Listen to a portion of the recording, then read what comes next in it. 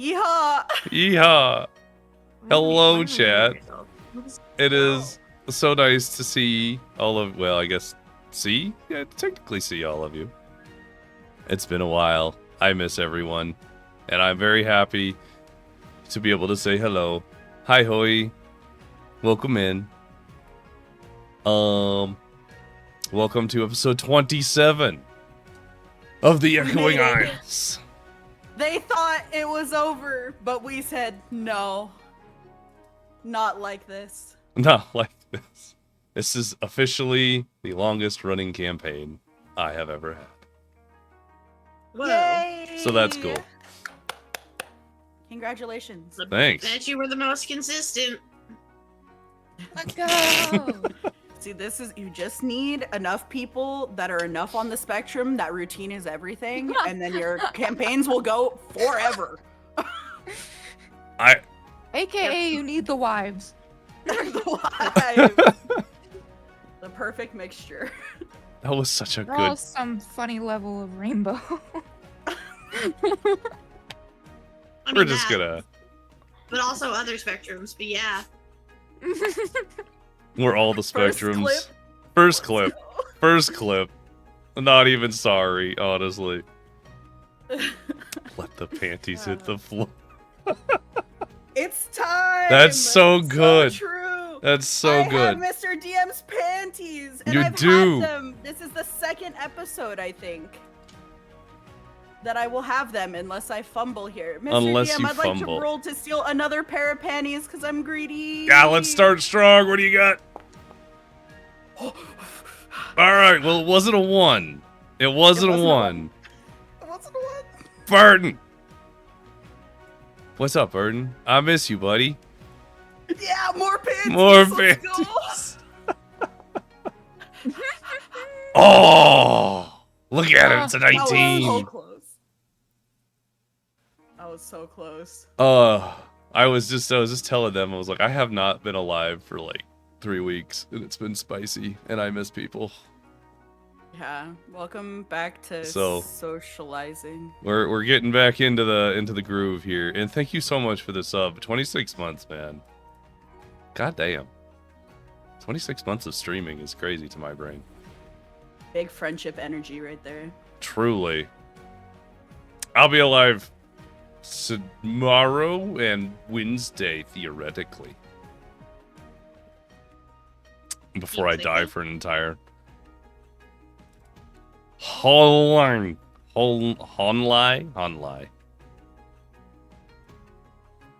But, in any case, welcome back, everybody. I'm very happy to have you all here.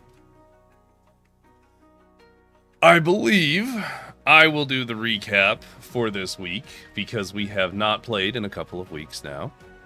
That, It's just like, thank God. thank God I didn't want to do it. Thank goodness. I didn't remember anything. So, with that in mind, we will... I'm kind of resetting my windows here, because they're all, like, funky. There we go. Funky windows. Funky windows, Windex? guys. Funky windows. Alright, so... Last time... On Dragon Ball Z. On Dragon Ball Z... I love that that's such a meme at this point. Mm-hmm.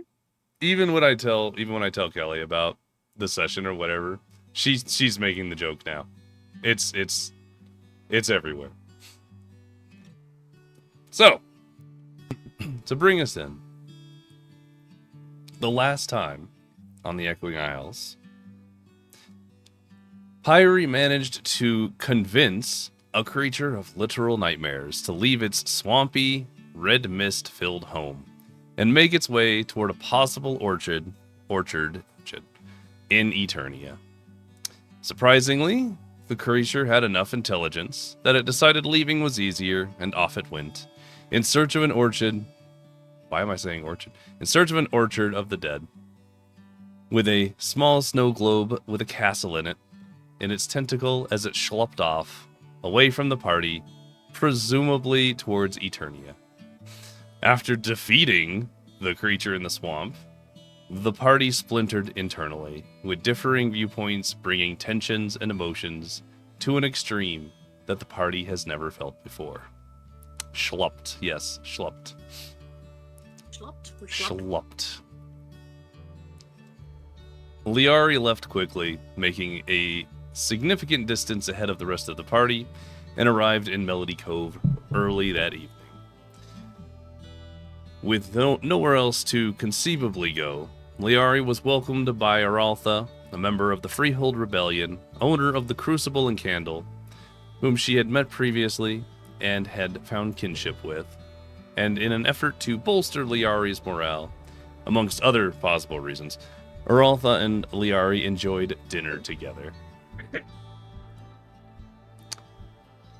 Mads, Pyrie, and Joe slowly made their way out of the swamp and back onto the main road towards Melody Cove, where Mads, in her way, attempted to conversate with Pyrie about the possible consequences and repercussions of her actions. After a very short conversation, Mads became frustrated and outpaced her remaining party, making her way towards Melody Cove at record pace, leaving Pyrie and Joe behind. Pyrie, experiencing loss anew, as her closest friends left her behind on the road, was filled with a deep sorrow, and only Joe's presence provided a sense of camaraderie or relief, possibly preventing the use of a special communication device that Pyrie had received. Mads, having had some time alone, prayed to the goddess and was struck with visions. A courthouse of sorts looking down upon a bark-skinned woman, an orchard with glowing red eyes hidden amongst the leaves, a temple where a statue of the goddess glows brightly, and a new vision, a vision of Mads and her friends, Pyrie, Liari, and even Joe, standing at the prow of a large sailing vessel, heading straight for what Mads knows is the island of Eternia, towards a city covered in mist. The vision faded, and Mads, assured in knowing that she and her friends are meant to arrive in Eternia together, found a small cafe near the main road, and waited for Pyrie and Joe's arrival. Pyrie and Joe eventually made their way to the city, and were greeted by Mads, and a discussion was had. Their issues put aside, this small party made their way around the city looking for Liari. They checked in at the Laughing Cask and found that Liari's gear was no longer in the room. Making the assumption that Liari might have tried to find another place to stay, they opted to check with Araltha to see if she knew anything about Liari's whereabouts. Araltha did not seem to be home, and so the party simply sat outside the Crucible and Candle and waited. Eventually, Araltha and Liari made their way back to the Crucible and Candle, well after nightfall, with a storm brewing on the horizon, only to find the party waiting outside. Araltha excused herself, letting Liari know she can come in whenever she was done.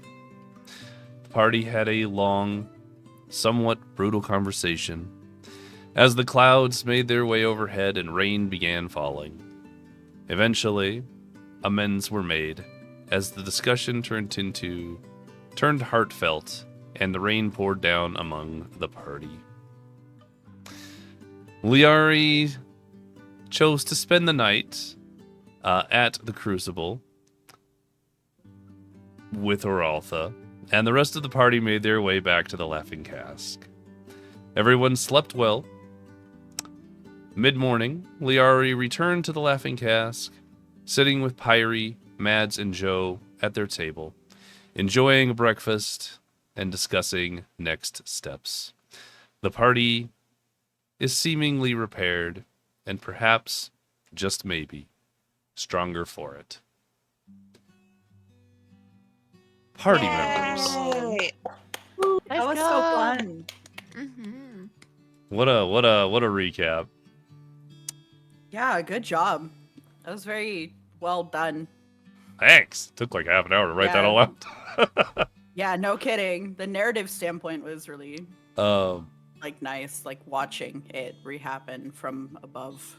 I felt like this was a really good one to get a good recap for, you know, like detailed. Mm-hmm. It was really cool. So, players, if there's anything that you feel you'd like to recap more specifically, maybe something from your player's point of view or a thought process or something, feel free. Additionally, what was your favorite part of that session? Easy, Or a hands D4. down. Making the monster go bye-bye. D4, Yeah. easy, not even a question. Yeah. That was so good. It's not even a question. Not even I a just That was question. really funny. winged that so goddamn hard. Yeah. You winged it so hard, you made the party, like, have a heartfelt discussion in the rain. Yeah. Yep. Mhm. It was really cool. So D4. My favorite was, yeah, just all the negotiating that went into just Pyre being Pyre and having the, like, it was so gross, but it was the detail of when she like hands the snow globe to the thing and it like is like suction cupping her hand and like taking, like touching it, and like the constitution save on that because it would have accidentally poisoned her. Like, I don't know. There was a lot of stuff there that was really like cool. But I think from Liari's perspective, it was just the fact that the party came to look for her was really like meaningful, impactful for her. So That's really thoughtful. I like that. D4. yippee. I think like for me, it was more of like my favorite part was like the high table idea and thought of Mads being the short fuse and emotionally inept person in the group, being the person that had to attempt to keep the group together. Yeah. You did that thing. You Like- prayed Yep. your little booty off and you sat there and you were like, okay, let's therapy this shit. While staying in character and all while screaming because I just want everyone to talk it out. It's just such Yeah. a moral conflict. Yeah. That is a Talk to great. each other. That's a Mhm. good Yeah, answer. just talk. All of you tsunderes talk to each other. Just talk it out for Christ's sake. But everyone's like, no, I'm leaving. Yep. And then dramatically exits. Yeah, Like and then Pyre stay cries. away. Yeah. I'm going to see my girlfriend. And then goes to Damn. So true. Oh yeah. D4 for you, Mads. And then, can I say additionally, I think another part was you like playing on the heartstrings with all of the music changes. Yeah. The plane was Okay. on that shit. And the rain. Yeah. I cannot. The with rain, you. oh my god. Crazy that rain, yo. I have so many like controversial. noise options in here. Ugh. You sure do. I That's sure do. literally, you have like folders on folders on folders. I mean, you could see it. The chat could I see can. this crazy like. There's so many the things. amount of work that's been put in. Yeah. Anyway, good stuff. all for the trauma. So, We love it. players. Yeah. I will say Joe's favorite part was probably just the fact that everybody didn't break up. Yeah.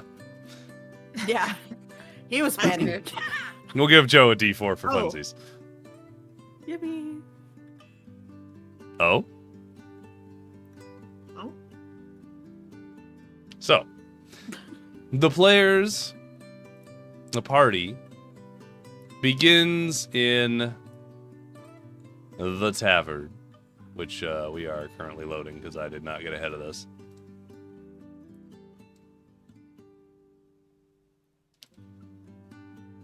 Activate. So, as you all sit at the table and you've had your moment of cohesion, everything is back to as normal as you can be, if that makes sense. Yeah. It is fairly early. I'd probably say it's something like 9 or 10 in the morning. Early enough for breakfast, maybe brunch. You have the day ahead of you. What would you like to do this morning?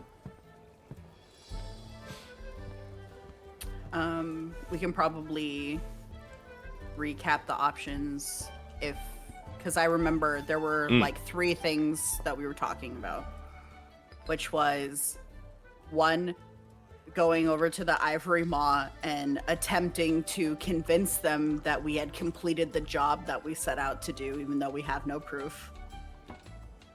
We could do that.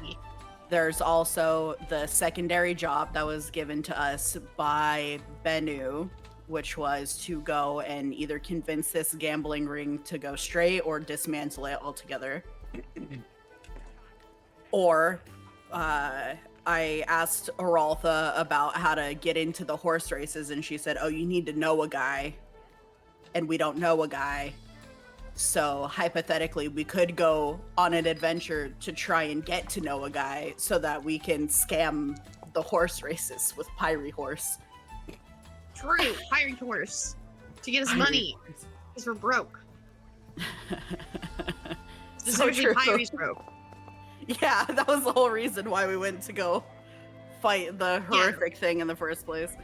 Well, no, the horrific thing was because Mr. Fancy Pants. Yeah, but we were gonna get paid. True, but it was a Mr. Fancy Pants problem. It was. It was one of the 2 jobs. Mr. Fancy Pants, Bennu, I the don't mayor. remember his fucking name. The mayor. Yeah, Mr. Fancy Pants, like I said, anyways. Fancy Yeah, pants, not to be man. confused with the flamboyant gays. Yo. Which have fucked off and we've never seen again, but I would like to kill one day because they're asshats. I mean, they've been introduced. Who knows if you'll see them again? Painted drag queen ladies. Painted drag queen. Drag queen. Oh I my god. love the amount of names you guys have given this group. It's almost never the right name, but they're never wrong is the problem. It's so horrifically close that you know what we're talking about. It's It's exactly how we ended up with Larry, you know? Like, right.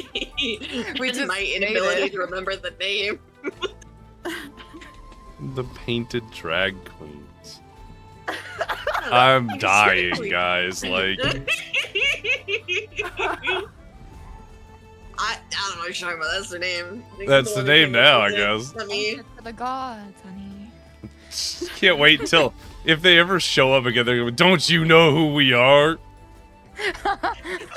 Yeah. Oh God, Painted drag queens. You did that show at the pub, right? The no. neon lightsabers.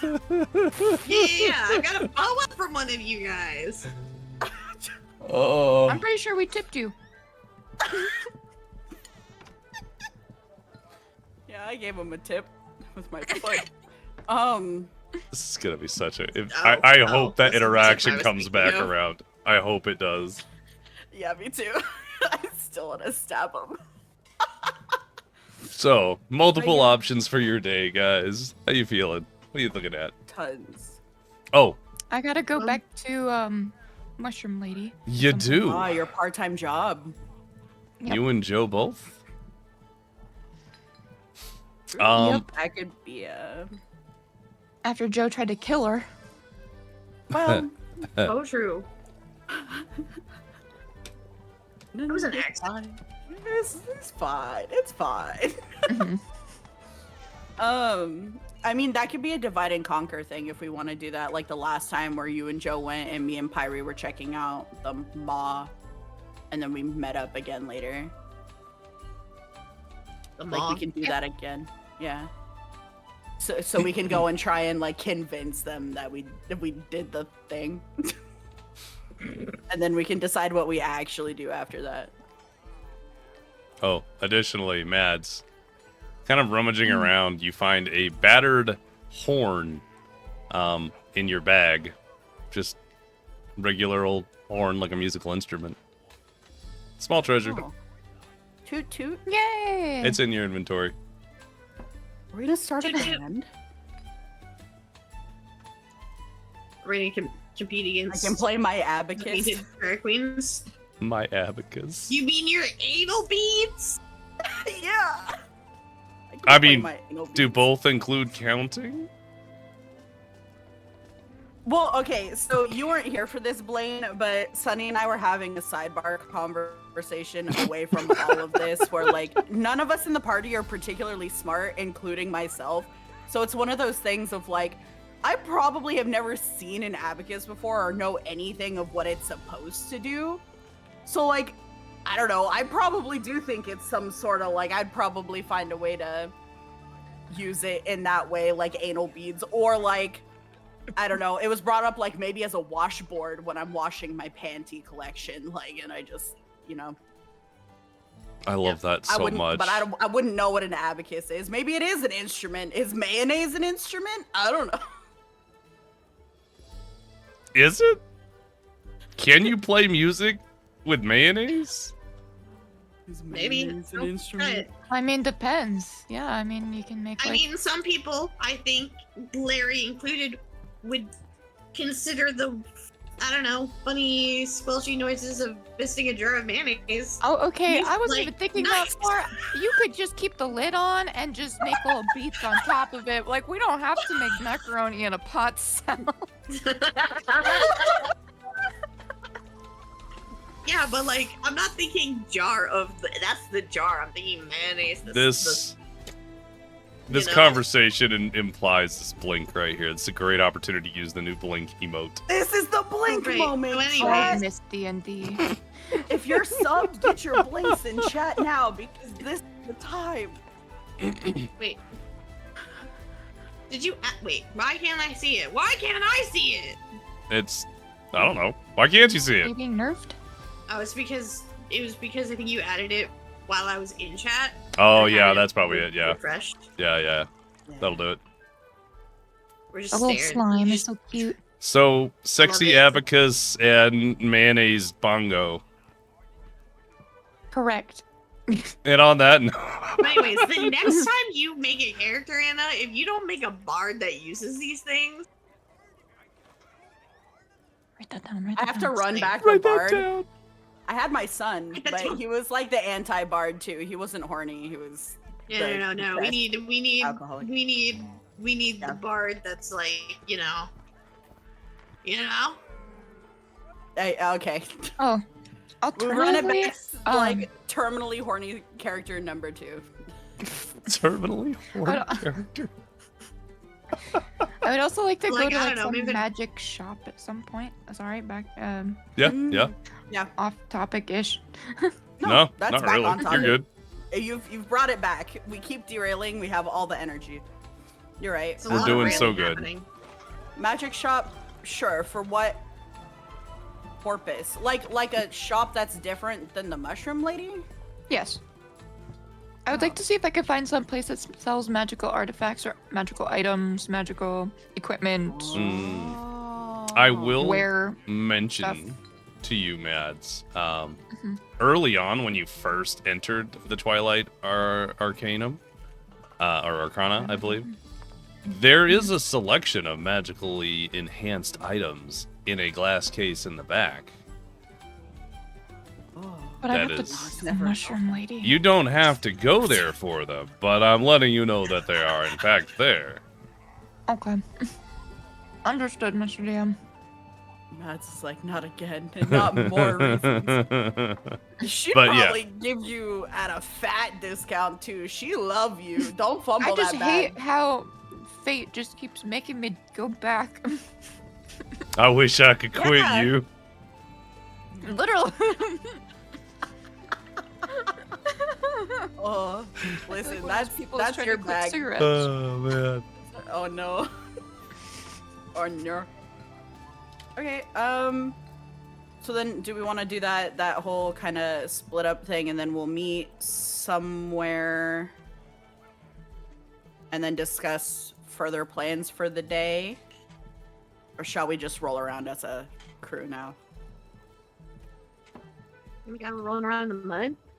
I will say, I think Liari's more interested in what's going on with Wait. Joe now, though, because she Wait. got kind of freaked out that there's something going on with Joe. I kind So of. yeah, I think,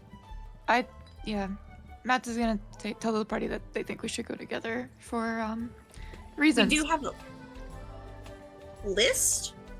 Question? We have a list of things in the Cove of stores and junk. Mm-hmm. The shops, yeah. Yep. There's a list in player notes.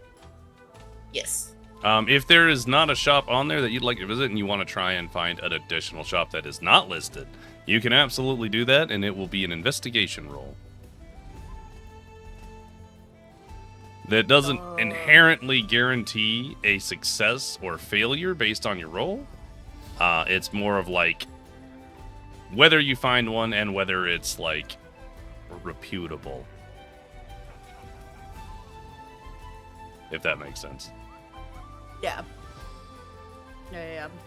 Whether you find it and whether or not it's good, or if it's like that one hole in the wall, like random door with an unlabeled sign where you need like Ooh. a knock code to get in, but then it's not actually that good. I They're have just complicated for no reason. Yeah. a place, I think. Maybe 3 potential places. Maybe today's that- shopping day. Hmm. We just Yeah, maybe it's shopping. It could be This is shopping the day. emotional recovery arc. That sounds like shopping to me. Date Yeah, day. this Let's is- go. This is we had our sad sappy thing, and now we 80s montage shopping.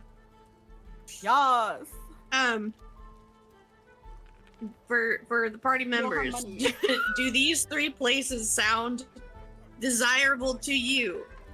Huh. Engraven, I'm assuming these are notable locations. It says notable locations, so I'm assuming Yes. that these are places that we can shop. Every place listed Yes. here is a place you can visit, at the very least. Okay, then, tell me, Mr. DM, if these are the areas that I can either learn or purchase things. Sure. Engraven sigils. Twilight Arcana. Twilight Aurora Arcana. Gemworks. Which one? Violet Arcana is remember. the mushroom. I don't This is remember. Mushroom Lady, yeah. Let Yeah, me. Mushroom Lady. Lady's Mushroom Violet Lady. Arcana. We Wait. just call it Mushroom Lady, so I don't know. No, that's. Yeah. I mean, that makes sense. Yeah. Wait. And then which Wait. one? The Aurora Gemworks? Is that Aurora the third one? Gemworks. Also, Rose Leaf Remedies. Rose does leaf sound- remedies. Let me. I gotta That pull all these sounds up. Hang on. happier. I have a list for Is each. that not the Remake one that work. we went to? Do you remember when we were outside and me and you went to a place with plants? Was that not that We place? went to a No, we Yeah, went to a you went- botanic yeah. place. It's you went to. It's in We here went to somewhere. Green Grove Botanics. That's it. Ah. It's plants. Oh, I you're know right. that one. Okay. Plants. Oh, that Some sounds good. plants. Okay. Excuse me. I'm done. Engraven sigils. For player knowledge, not necessarily character knowledge. Mhm. Engraven sigils is a place that does a lot of like heraldry or rune etching. It Uh-huh. can be magical. It is not inherently magical. Aurora Gemworks is very much a jewelry place. You can get a lot of gemstones of varying sizes, cuts, etc.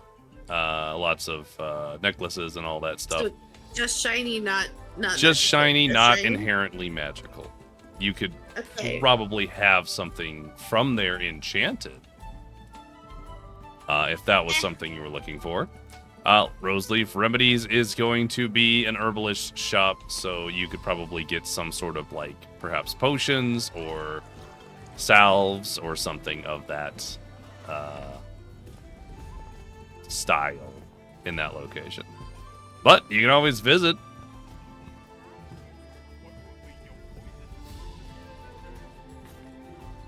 I have a secondary side question about the Resonance Academy. Is that general, like,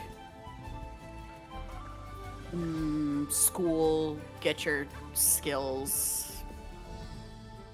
I'm just curious because it's called Resonance. I'm like...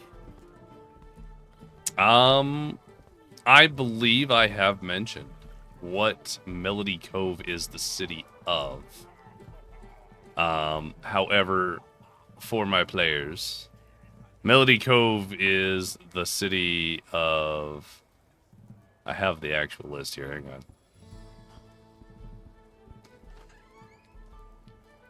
It is... List, you get to go through all your There's so much files. information. I wasn't prepared. There's so much. I mean, I am prepared. I just gotta find it. It's in here. Melody Cove is like the city of music and culture and arts and creativity. Resonance Academy is technically a musical academy, though it might have other applications. Okay. That being said, I'm down to check out any of the places that y'all want to check out. Probably starting with Mushroom Lady. Here. You know what I should have done Very previously? Instead of putting you to... Should have done this and just given you the map to look at, because that would also make it a little easier to, like, visualize. Probably, maybe. Maybe a little bit. Maybe.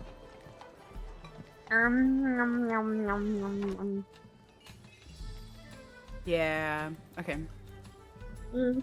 For a lot of the stuff. I think my most interested place would be Roseleaf Remedies.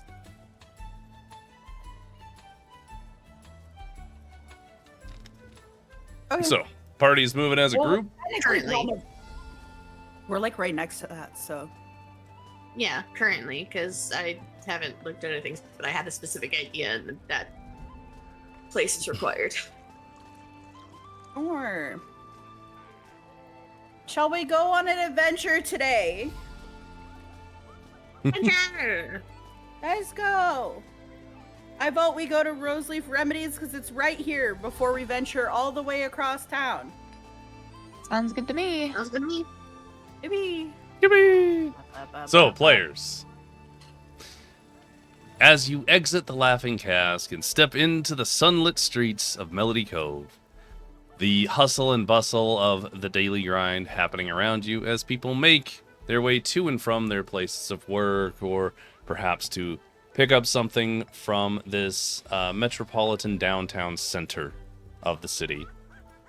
You make your way south towards Roseleaf Remedies, which is a very pretty small shop. It's got some rose-draped awnings, boxes of blooming flowers sitting off just a little bit of a turn. Like, it's not a full street, like not a full turn into a new street, but it is a, like, little alcove, if you will. Let me switch this up. There we are. So, as you kind of step into this quieter little alcove of a cul-de-sac, it's a little quieter, there's less foot traffic, and you have an herbal fragrance that sort of sweeps out over the area. It catches your nose even from a distance. Presumably you all just enter into the shop unless otherwise stated, yeah? Yep. Cool. Yep. Mm-hmm. Stepping in, spot tidy little shelves lined with jars of dried petals and roots and powders. There's a couple of soft lanterns that illuminate an apothecary counter at the rear of the shop. Malmo? Hmm? Sorry, that was a Malmo. reference for Sunny. Hmm. Go on. Any Apothecary Diaries lovers in chat? Banger anime, watch that shit. Read it. Meow. I almost started that the other Read day. it, watch Anyway, it, consume it. where potions and salves are carefully labeled.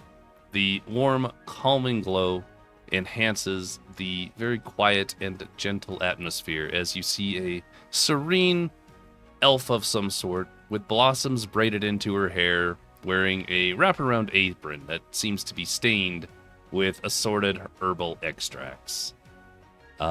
She's currently focused on crushing something in a mortar and pestle as your entire party enters in. And she looks up, seeing, and kind of like continues to grind the mortar and pestle and quietly, "Hello, welcome to Roseleaf Remedies. What can I do for you?"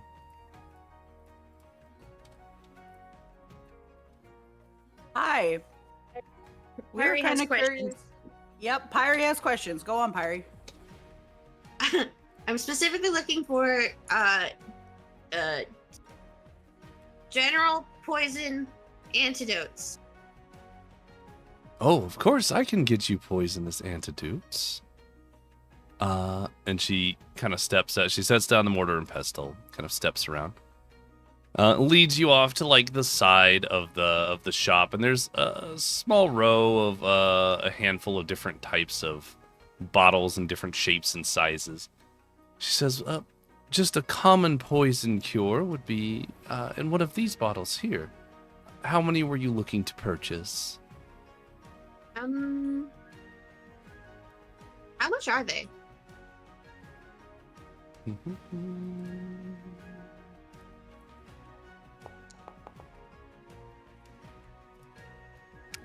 A basic bottle with one cure, or one vial, is about 8 gold pieces.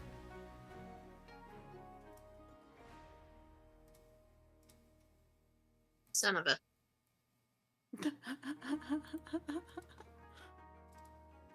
Do you need money, Pyrie? We may want at least one vial. And Pyrie's just gonna hold up the pig to Larry. That's it. No explanation. What about your pig? Why does your pig need an antidote? It's not real, is it? I thought it was No, weed. but and then she's gonna kind of like sway like if you were to pick up a cat, like a fat cat, and it does a long thing, and then you like wiggle it, and it just goes whoop, whoop, whoop. But you're gonna hear the little clink clink sound inside of it.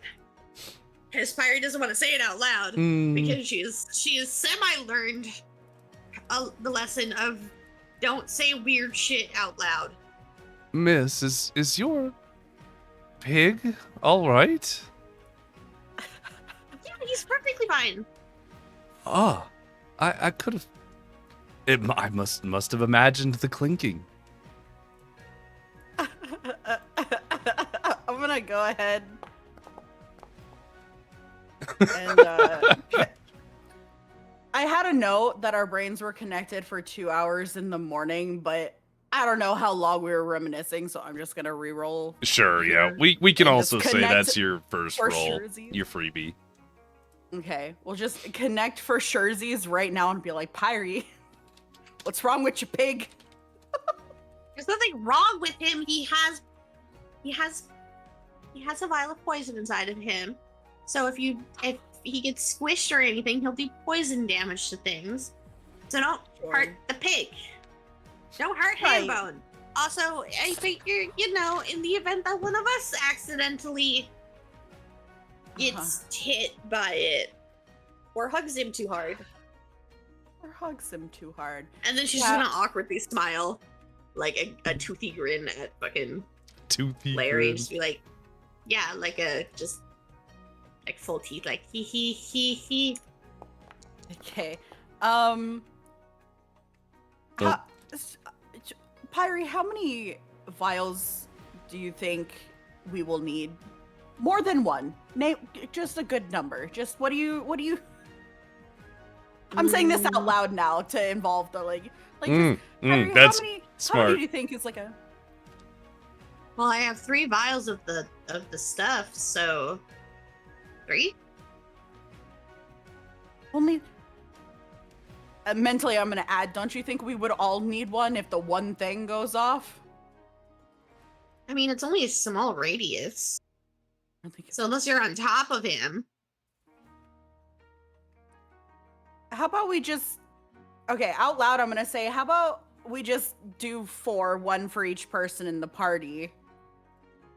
So I'm just gonna hand over 32 gold, and I would say, can I get 4 antidotes, please, ma'am? That'd be great. Of course. And she'll take the gold, kind of like does a quick count and pockets it, and then gathers up 4 vials and kind of takes them to the counter.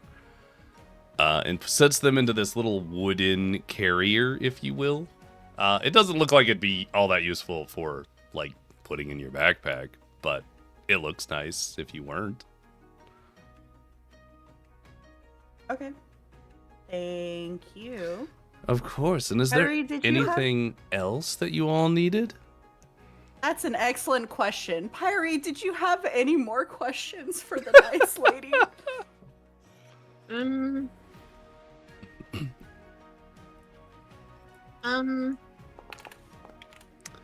You seem like the adventuring type.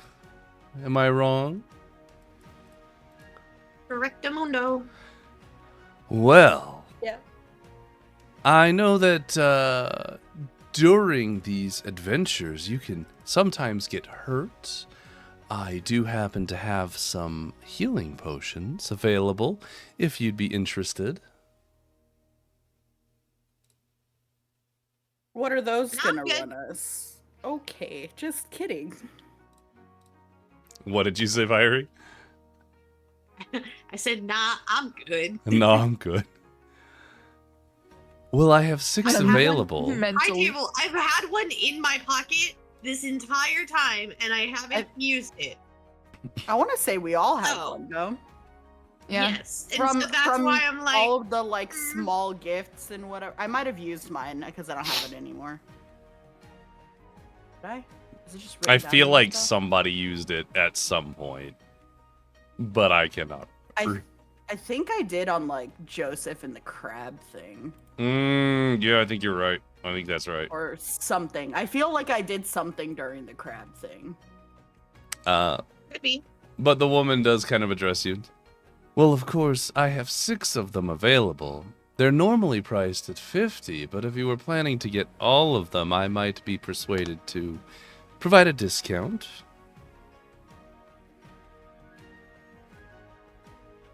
What was the price on? She said 6 of them. She has 6 of them. They're 50 a pop. It's a normal Normal price for pricing, those. yeah. I have to base my economy on something. Yeah. No, and you're valid for that. That makes sense. That makes sense. And then I'm gonna ask her, since you seem to know enough about adventures to pick us out almost immediately, what are some other things that are typically bought at your store? What are your most popular items here? It really just depends on what you might be doing during your adventures. The jungle is a unpredictable place, of course, and sometimes a particular venom or disease could spread to the party due to some sort of creature or perhaps some unopened ruin. And that's usually when they would come to me, and I might provide something that helps in that context, but it's hard to prepare ahead of time, with the exception of perhaps healing potions.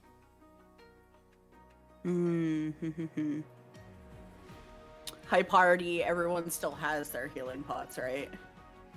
Yep. It's just me. Does Joe have one on him?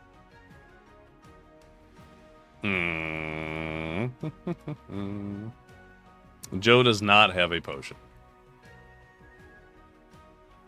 Okay. After checking, I also do not have one. Oh, it's just Pyrie has a potion. I've had it the whole time. That's I haven't so used it, so funny. that's why I was like, I've just been healing the party, so Yep. That's fair. Beauty of a cleric. I should say also Pyre's been healing the party too. To some extent. Yeah. See? So as long as the healers are fine, Pyre should have a health pot on her because she walks up to monsters and asks them if this is their snow globe. Um, It's so normal. Mads is a little more cautious than that, but has died before. I'm playing backline a little more now. Joe's had a rough time of it. Yeah, I'll just I'll turn to the lady and I'll just say, you said you were willing to make a deal on all 6, but how about a deal on 2 and a dinner with me? Deadpan look, like turn and look at Larry and just be like, not again. Mads is gonna very visibly eye roll. Like they're not in the conversation, but like Mentally, I'm gonna be like, I'm getting us health stuff. Go ahead and roll me Pyre's 2 gonna make a rolls. snarky remark that says, while getting diseases. I'm gonna need you to roll me clean, 3 and rolls. She has disease stuff. What do you want? Wait, Pyre, was that in the head or out loud? In the head. Okay. 2 rolls. Persuasion and a general charisma check, please. Persuasion, which I can't lose. Yeah. Let's go. And general charisma, which doesn't. It could go to well. It was okay. While I, of course, am flattered by the invitation, the dinner will not be necessary. I would be happy to provide you with 2 potions at 45 apiece.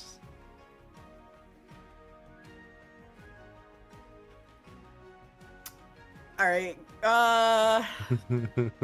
I'm instead of pushing it, I'm gonna leave it there because the party's already judging me. So I'm not gonna push it, and I'm just gonna say, I'll take your offer of 45 apiece, and if you change your mind on that dinner, let me know. I've been staying at the Laughing Cask. With a wink. And then hand over the 90 gold for 2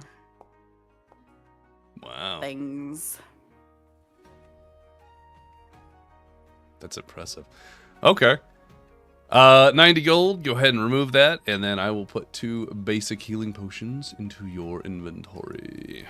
I'm probably going to hand both of them over to one to Mads and one to Joe. Ah. So, All right. 1 to Joe. 1 to Mads. Taken care of. Liari. Actually, Pyre, you have the closest to the DC I rolled. There is a flicker of something that happens across this individual's face, but you don't get a good handle on their reaction to the secondary mind change option before they address Liari. I'll keep that in mind. And she hands the 2 potions over, kind of like puts her hands behind the counter. Of course. Is there anything else that I might be able to provide your party? what about me, Mr. DM? What do I think about that flash across her face? You and Mad see nothing. Your passive perceptions aren't high enough to have caught it. Oh, it's perception. Damn. Mhm. That's pain. It's fine. Pyre sees R.I.P. everything. Mary does see everything. Mostly. Whether or not she cares or pays attention to it, actually, Yeah, whether or not she does it's a something, different another story. It just makes it so entertaining too. All right. Uh, I'll just say thank you, and then I'll say, does anybody else think we need anything over here? Nope, I'm good. Okay, well then I'll say thank Oh, you're you good. for your wares, and I hope you have a beautiful day. Oh, thank you so much. I hope that your party enjoys your day as well and does not have to use those potions. And she goes back to grinding up stuff in the pedestal, and you exit Roseleaf Remedies. That's nice, but that sounded sus as hell. That was like a mild threat. I'm gonna look at the potions. I don't know anything about this stuff, but I'm gonna like sit there and stare at them and try and discern whether or not I think they're real. Roll a I'm medicine just gonna check. make a mental note. That lady was like mental in the brain conversation. Pyre's gonna be like, that lady was weird. Liara, you take a look at the potion before you hand them out. Kind of give it like a little sniff. It looks, smells, acts just like a healing potion you're familiar with. It looks good. Can I roll a medicine check? Sure. Sure. A Pyre, it looks Oh. like a potion. Probably magical, or probably healing potion. As far as you can tell, it looks the right color, and it seems to have the right viscousness to it. I'm gonna see everyone looking at these, and I'm gonna look at them Do too, it. 'cause Do I it. want to join. I'm looking at it. I'm not looking that And- well. You see it. No Hey. fucking way. No way, What? Joe. Whoa! Insane. So, Mads, I you didn't know Joe was a doctor. pull. He's not. He's gonna plus fucking one. He's an idiot. He's an idiot. Mads, you pull yours out and you start looking at it, and now Joe is like, well, everybody else is looking at it. He pulls his out and like looks at it and smells it. Does that little like one finger taste. And look, Oh no. yeah, this seems like a potion, guys. Isn't that what we got? What's wrong with it? Nothing. I was Nothing. just admiring the work, the quality of Oh, the lady. yeah, that makes sense. It's really good work. Yeah. It's a nice Yeah. looking potion. Lady was weird. Yeah. I don't know why, but people get weird around us. It's just, you know, it's a It's give and them. take. It's the them issue. Yeah, we're not weird. We're pretty normal, right? Yeah. Of course not. Yeah. Yeah. Yeah. Yeah. We're the ones Yeah. that just clean up everyone else's problems, so. Yeah. Yeah. True. Exactly. Joe's just gonna nod along and put his potion into like a little side satchel. All right, you've left Roseleaf Remedies and you're back on the main thoroughfare in the center of Melody Cove. Where are you heading to next, guys? Shall Someone we else go is to the trying to bake. mushroom lady? Mushroom. All around Mushroom Lady? Mushroom. Mushroom? To the shroom lady. Yippee. To the Lady of the Shrooms! Part-time job. No one followed me to the part-time job. Nobody followed you. Everybody stayed in place. At this point, I just assume we're just. Yeah. You know. I'll shuffle the party. It's fine. All right. So, Whoa. excuse me. Wamp. Wamp. Warp. Wamp. Wamp. Wamp. Wamp. Wamp. Wamp. Wamp. A lot of wamps as I like set up my screen to be all like Womp, womp. wamp wamp. Womp. So, you guys make your way back up into the Celestine District, the district for the fancy pants people of Melody Cove. You pass by Crest Hall and the Bennu Theater. And as you make your way up to Twilight Arcana, you see the beautiful space, the beautiful exterior, which has a carved wooden sign with the partially eclipsed moon, the flowing script with the name, and you feel that magic thrum in the air that you always feel when you come here. Stepping in, of course, it is the normally purple and blue, softly lit space, all the tomes, the crystals, and everything, all along the walls and tables. And as a point of interest for the players, there is, of course, a counter showcase with particularly nice items on velvet cushions underneath a glass pane in the back. Now, as you come in, of course, Morkella is doing her own thing, and as you walk in, the mushrooms all kind of like turn towards you, and her whole body follows very shortly after. Hello. Are you here for your appointment? Hi, Markella. Yes, we're back again. Wonderful. Please step into the center of the shop. I'll look over at Joe and I'll go first this time. Okay. Yeah, that I like that play. That's a good play. Yeah. So, Mads, Okay. what are you trying to focus on for this expenditure of your power? I'd like to try to cover myself again. So, go ahead and roll me a d20. Additionally, what are you focusing on as you attempt to rally your powers? In my head, I'm thinking of if magic is coming out of my hand, so to speak, it would come and go over my skin, and I'm thinking of it in a armor kind of way, if it could be used like that. Okay. Yeah, go ahead and give me that roll then. Okay. So, as a fun fact, which I did not mention in those notes I sent you, because I was waiting to see if you do it. Whenever you attempt this in Morkella's presence, you get an additional +5 to your total. Oh, neat. So I will update that for you. Total what? Working. Hang on. Total knowledge? Total?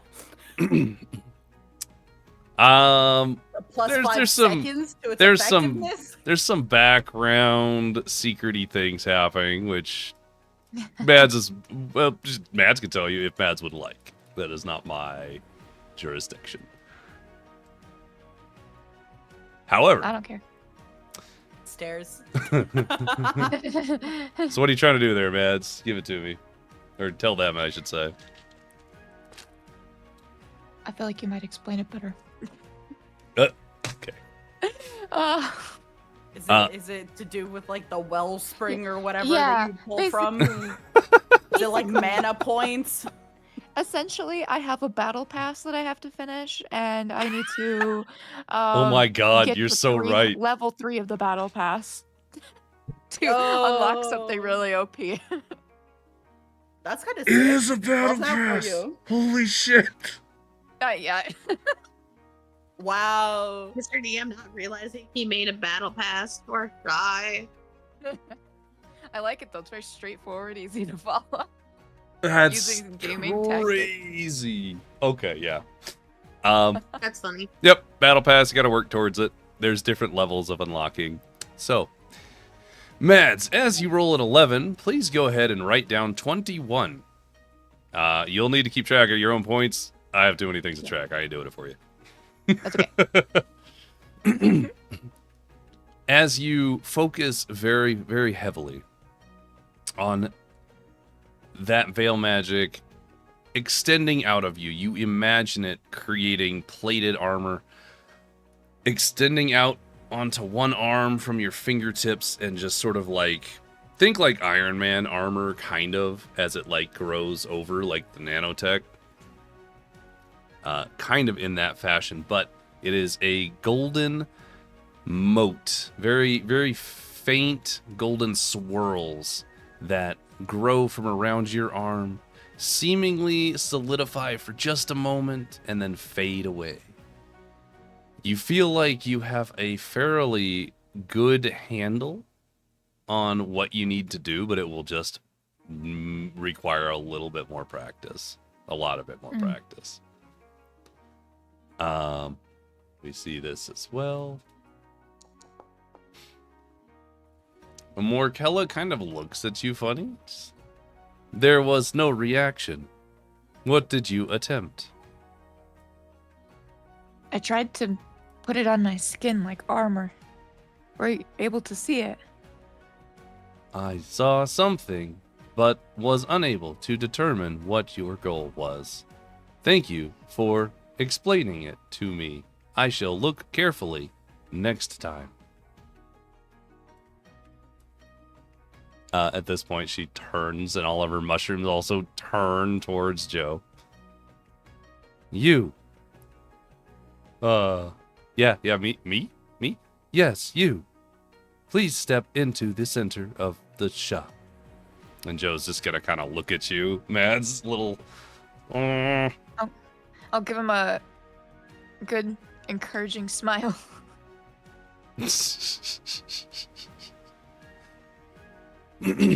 So you step aside, and Joe steps into the center of the room. And Morkella kind of steps around him and looks very closely at him. Go whenever you are ready. And, I'm looking because I'm nervous for this one. everybody roll me a perception.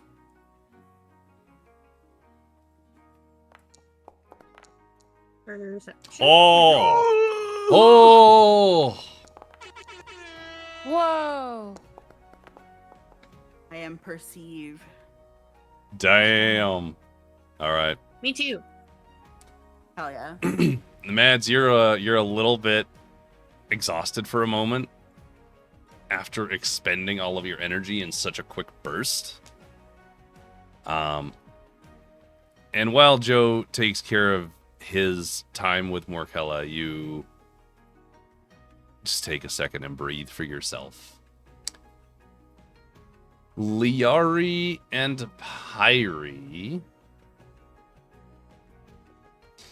As Joe steps into the center of the room, you watch as he closes his eyes and holds almost impossibly still, seemingly as if he is perhaps doing some sort of tapping into something within him in a very similar vein to Mads, but he looks a little different with over 20s on both of you.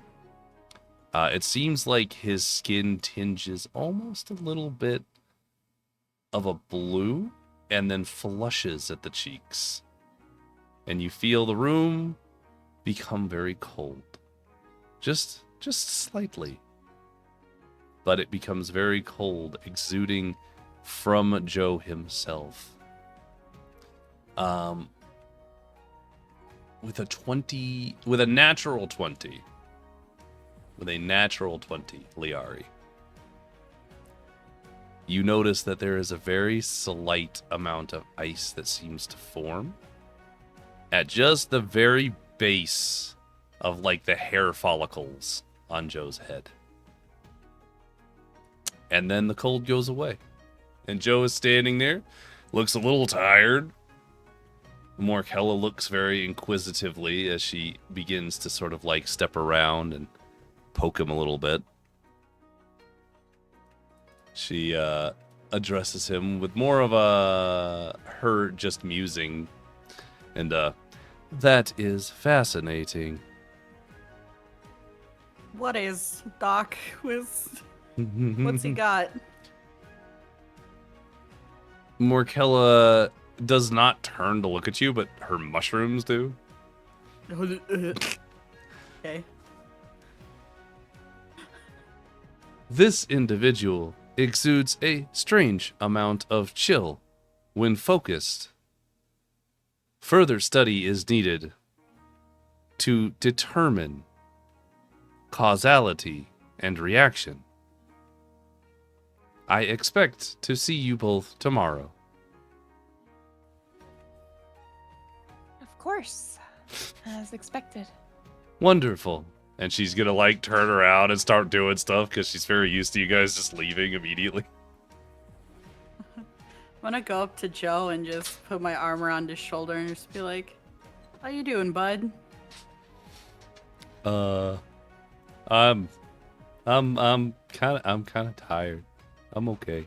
Yeah. I'm gonna sit over here, and he's gonna kind of like step over to a little plush seating thing and take a seat on it. Does he still feel cold? Slightly.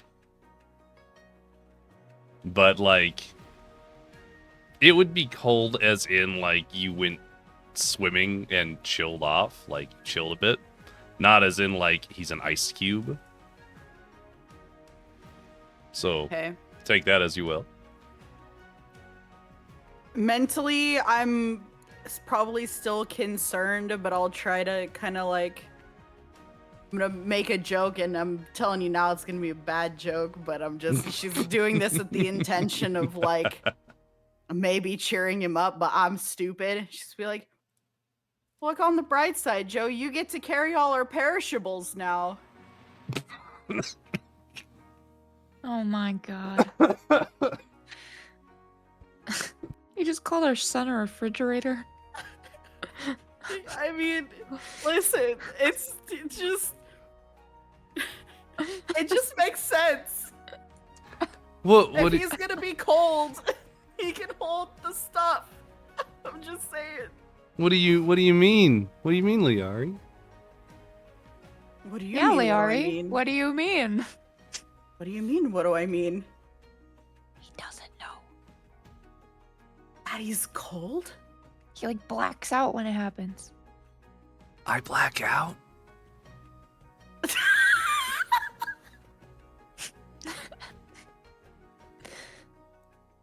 What's happening?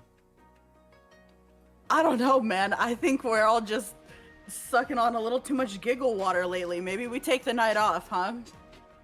I guess. I'd like to continue and finish our shopping, and then we can do what we want. Anna, take some inspiration for that god-awful joke, please. Yeah! God damn it. I hate it so much. It was so good. Let's go! All right. I heard you chuckling there in the background for forever. So, like, I still have, like, phlegm stuck in my chest. I'm not sick anymore, but it's that, like, residual. So I Yeah. literally started coughing because it just got me off guard. It was great. Even warning you that it was gonna be an awful joke wasn't enough to stop the impact. No. Nope. All right, Mads, you're going to continue the situation. Yes, and I also would like to peruse her shopping items. Are you just going to wander around, or are you asking her? I'd probably just ask her directly because I'm looking for something kind of specific. Okay. So she's wandered off towards the back of the store, so you follow her back there, and Yeah. she begins kind of like grabbing some stuff and setting it up and whatnot. And then when she realizes you haven't left, she kind of like turns around and tilts her head a little bit. Her little mushroom's doing a little wiggle. It's like, was there something else? Yes, I'm looking for a specific magical item, and I was wondering if it was something that you had available at your shop. What Um, magical items are you looking for exactly? Something that would grant its user invisibility. Oh,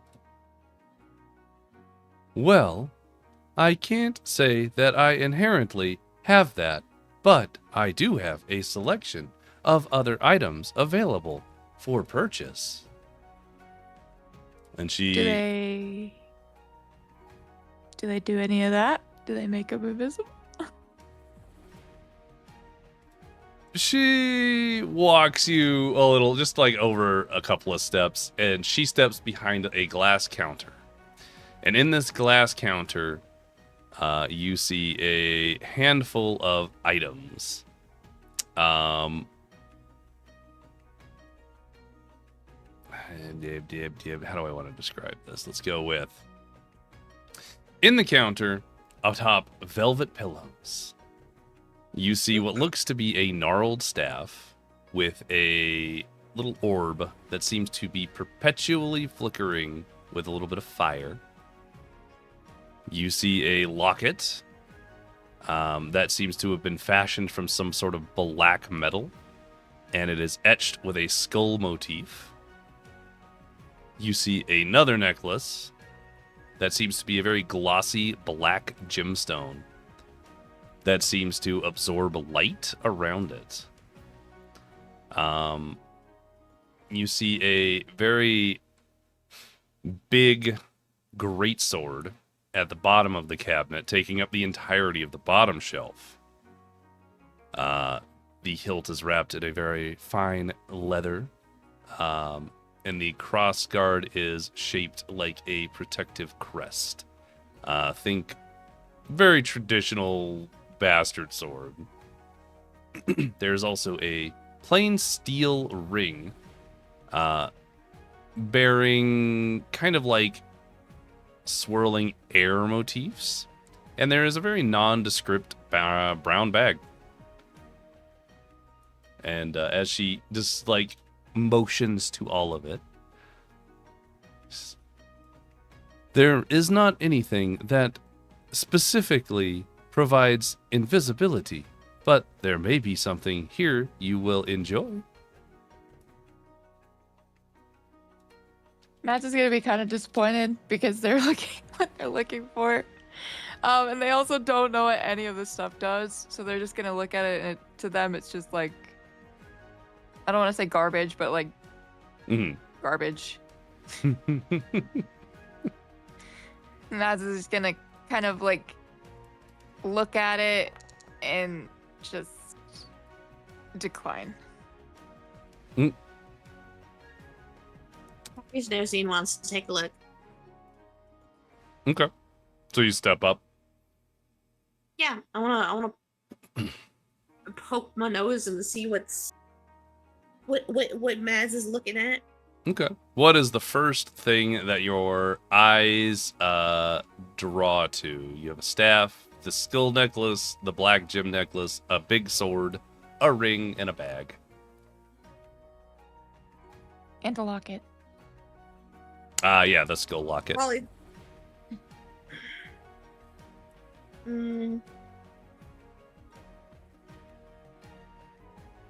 Probably the skull thing or the bag for Pyre. You point to each of those two items. Morkella carefully pulls the iron locket out with the skull motif and sets it atop the counter, still on its velvet pillow. As you take a look at it, she explains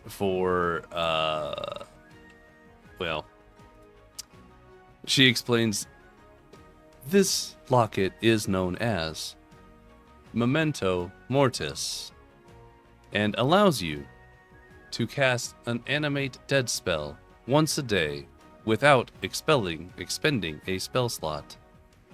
Additionally, Actually, you know what? For all brevity's sake, I'm just going to give it to you because that makes more sense to me. Memento Mortis. Once per day, you can cast Animate Dead without using a spell slot.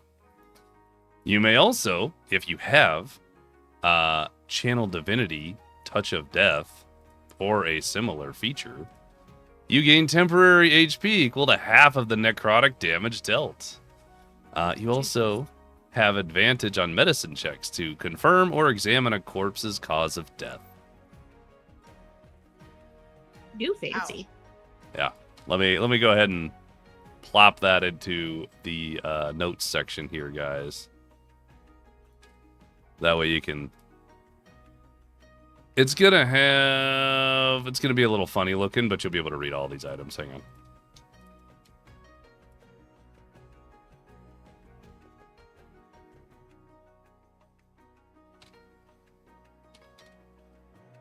on. It's too big to post all at once. Okay, hang on. Oh, Discord. Yep. Oh, you. Oh, you. God damn it.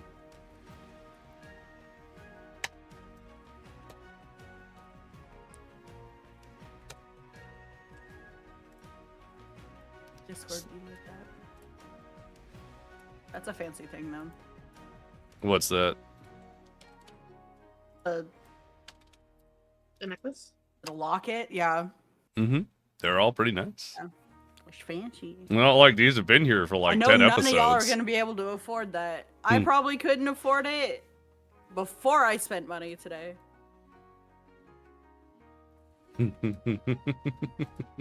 Mads, time to go bang your wife. Do I have to? Think of the free stuff! I have money though, but it's for something else. How much money? I've got quite a few gold actually. I think I have 40 gold.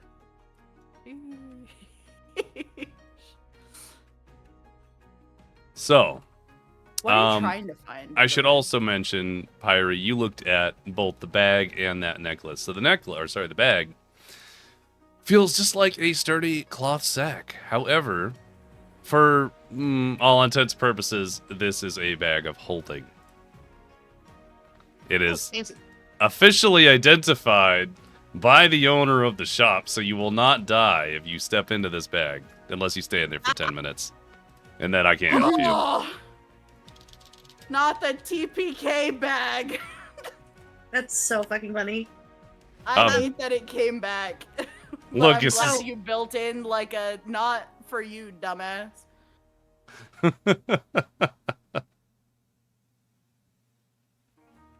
So Pyre's gonna be very interested in all the things. She's just like, ooh, and then she's gonna be like, okay, so what is the other stuff then?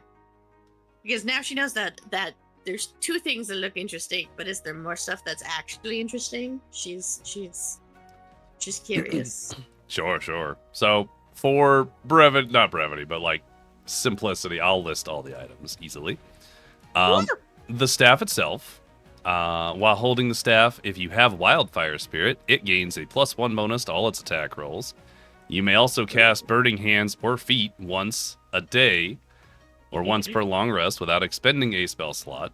And then when you summon your Wildfire Spirit, you have a 10-foot radius of light that extends out from you. And what is this from? That is from the Blazeheart Staff. Ooh. You have the Ebon Mind Shard, which is the glossy black gemstone that absorbed light. It's on a slender chain. Once per short rest, you can give yourself advantage on one of your attack rolls with Soul Knife Psychic Blades. When you use your Psychic Blades for a sneak attack, you can also choose to muffle the impact, causing no audible sound and potentially hiding the attack from non-seeing observers. Additionally, if you are reduced to 0 psychic die, you can use a bonus action to meditate with the Mind Shard for 1 minute to regain 1 die. See, what you've done here is you made me want a thing, Mr. DM. I know. It's crazy, I know guys. you know, but It's Same. crazy, The guys. fact that these have been Crazy. here for the last like 10 episodes too. Uh-huh. Yep. But Just also, we've nobody been a little bit checked. busy. Also, Pyro's only been here, technically speaking, like maybe twice. That's true. This has mostly been a Mads and Joe adventure of getting poked and prodded. It always cracks me up too, because this stuff's been here for so long and no one's asked about it. And I'm just I'm like, sure there's been stuff figure it out. everywhere. I'm sure you've littered stuff everywhere, Yeah, it and happens. we just literally don't look. it happens. And that's okay. You're like, no. I think Because that probably the snow globe that I gave to Funny. Well, actually, no, the snow globe I think was fine. the snow globe was an item I you found have on the a snow ground. Who knows if that was Yeah, magical? that was a small. What was it? What is it called? Small trinket. Treasure? That was a small treasure. But I would That was like a to small remind treasure the that was party really- there was also a cursed ring that you picked up using a small treasure. So Mhm. I recall. That was fun. so anyway, Kyrie died and got a bone phone.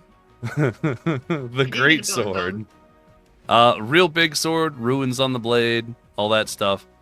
It is technically a versatile weapon and can be wielded in 1 or 2 hands. Additionally, as a reaction, when a creature targets you with a melee attack, you can use the great sword to deflect the blow, and the attacker must roll disadvantage. You can also use advantage on strength checks to resist being shoved or forcibly moved while you're wielding the weapon. I wouldn't necessarily say that any of you would use that inherently, but No. you know, you also have the Ring of Restful Winds, which has the swirling air motifs in the silver ring. Once per day, you can regain HP equal to 1d8 plus your con modifier. And while wearing it, you have advantage on death saving throws if you've already used the ring's healing effect that day.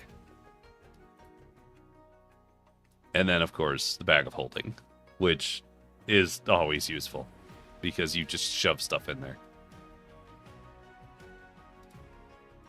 We do like shoving stuff in places.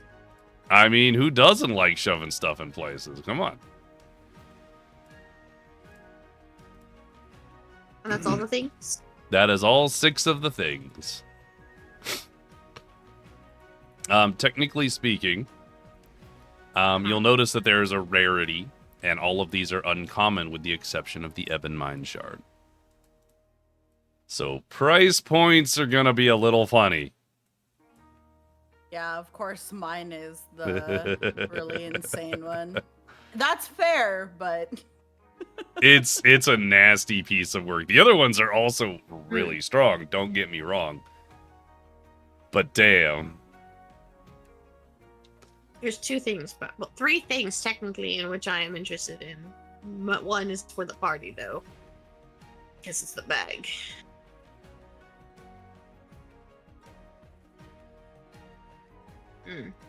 Mm-hmm. I'm worried if our party has that bag. Wait, question. Mm-hmm. Wait.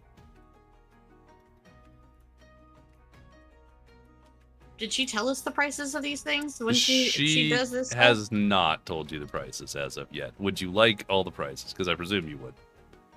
Yes, I would like all the prices. Yeah. But also I have idea. I have to like write it out because I can't give you some of the information that I have on this page, so I have to like awkwardly copy it. You snip and clip. You snip.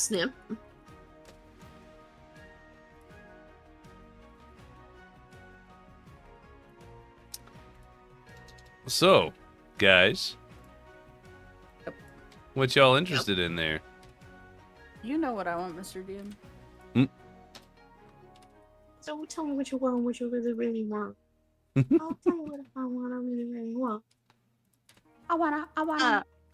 Mine, I want to hear the price point on mine so I know what I'm saving up for a million years in the future. How many thousands of gold is that? Who knows? I have thoughts I and see. things, but I want to see how much stuff is gonna be because Pyrie has funny thought. Well, you're already talking to her. I technically don't know about the mind chart. Oh, you did post it. Yeah. There you go. There's your prices. I think it's funny that I called that it was gonna Wow. be thousands of gold, though. That's I was on crazy, it. guys. I knew. I was like, this is like end game material, I guess. Oh, as Pyrie, a suck off some rich. as a dude or point of something. interest, while these do not state it, all of these items do require attunement, with the exception of the bag of holding, of course. Yeah. What does that mean again? Any Look at given your person inventory. may only have 3 attuned items that are equipped, and the only way you can use the item is if it's attuned. Question. Yes. I don't remember if I'm attuned to anything. In your That's- inventory, it shows the attunement slots, like out of 3, and the things that are attuned have cogwheels. Yep. You technically have 3 attuned items, so you have reached the point in the game Wait, where you have to Ew. make those decisions. wait. What items? Thornweave Staff, Northwind Bauble, and the Botanist's Gift are all attuned items. You see the little gear should be just left of the weight after their name. After the like sun looking thing? Yeah, Oh. sun looking thing. Kind of sun, kind of gear. It's something like that.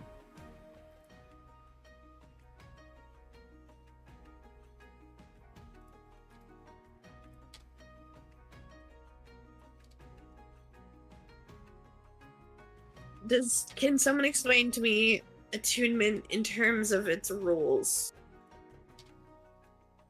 In terms of its rules, Yeah, so like if I have 3 items on me right now that I'm currently attuned to, but I unequip 2 of them, Mhm. and I just keep them in my pocket anyways, Mhm. but they're just quote unquote considered useless at that moment, how long does attuning take, or does attunement just like, is it like per short rest, per long rest? Is it like, does it fucking matter? Yeah, so attunement generally takes a short rest or about an hour to attune to an item. If you unattune to an item, it is not inherently unusable, but you won't receive the benefit, i.e., if you unattuned your Botanist's Gift, that fancy ring, you would no longer have expertise in nature checks, but you could still have a cool ring on your finger, Okay. if that makes sense. Or like your staff, you could punch people with your staff, but you don't get the benefit of getting to use it for what it does. Okay. Yeah, like I So- imagine my daggers would just do like normal dagger damage, but none of the like abilities on it would proc. Right.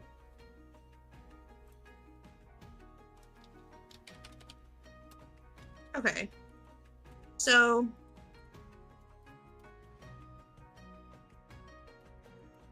okay, so theoretically speaking, I can still hold multiple things. It's just Yeah, you can have Rogue. multiple things, but you just can't use more than 3 attuned items at a time, if that makes sense. no, that makes sense. That makes sense. Yeah. Okay. Pyrie is going to approach the mushroom lady. What is her name again? Morkella. Call her mushroom lady. Morkella. Whoa. Say that again. Morkella. Morkella. I thought you said Yeah. Morella for a second. Yeah, actually, Um, if you have her image up, it should be the name on the top of her image. So true.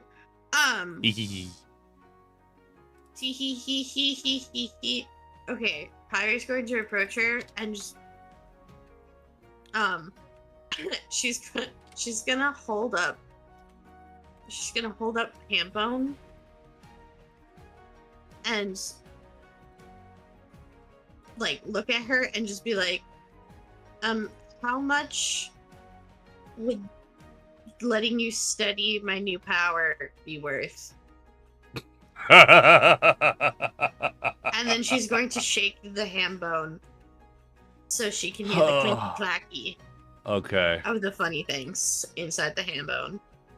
Because no. the pyre's the broke. So, like, She wants your phone, Bone. Phone. Wait. No. Bone phone is off the table. That is a. How interested we're is talking Morkella? ham bone. Okay.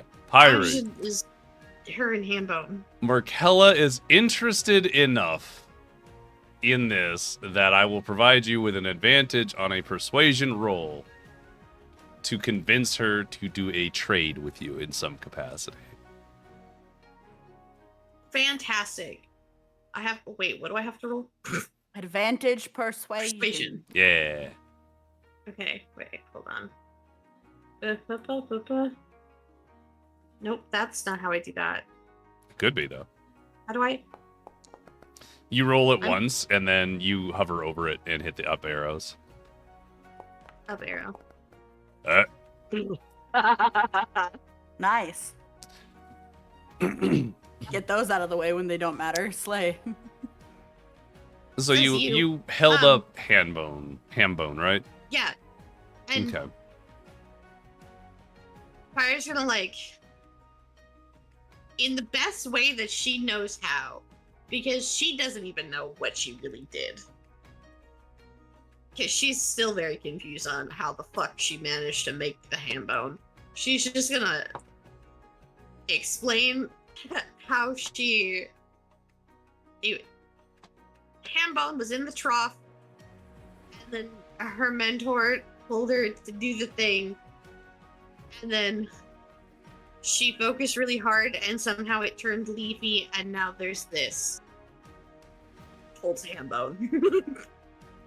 This is the weem. This is the weem. I got it. You know that guy who, like, looks up at the butterfly? Oh. It's fucking Pyre with ham bone. It's like, This is pig. it's it was this.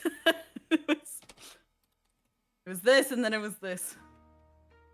It was dead in a thing, and then I did something, and I don't know what, and now it's leafy. Okay. Is this a ham bone? Okay. All right. Okay. So, Pyre, you're holding ham bone up currently. Yeah. Yeah. Morkella kind of tilts her head, her little mushrooms wiggle as she steps out from, like, behind the counter and gets very, very close to Hambone, like inches away, and looks very closely. She reaches out to take Hambone. Do you not let her take Hambone? I'll, like, gently, like, allow her to hold the ham bone, but then also warn her that there is poison inside of its belly, hence the clinking. Okay. So then she gingerly takes Hambone. And I'm pretty sure the mushroom's immune. It would have been fine. and Yeah, but, like, for the rest of us.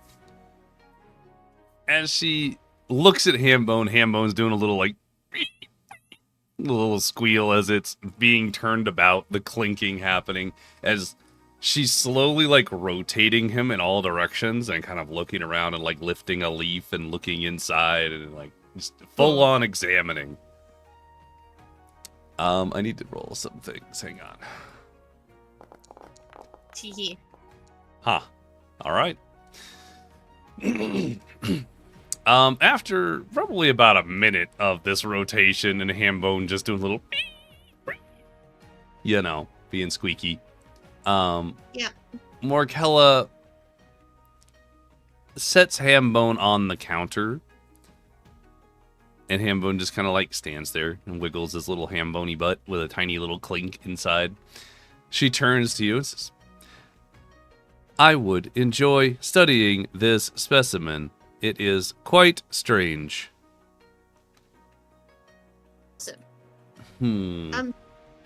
I can. She's Harry's gonna tell her that because of how long the spell lasts, that she can, in the morning, just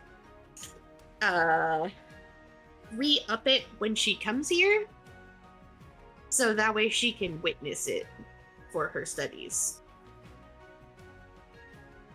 and hopefully that also piques her interest. I see.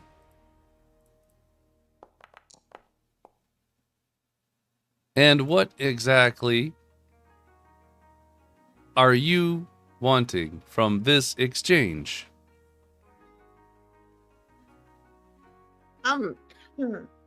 Well, I do like.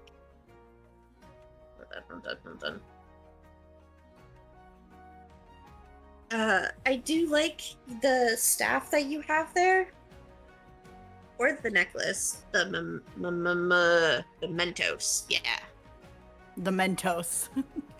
Persona! the Mentos. Mentos. And she's, because I have a wildfire spirit.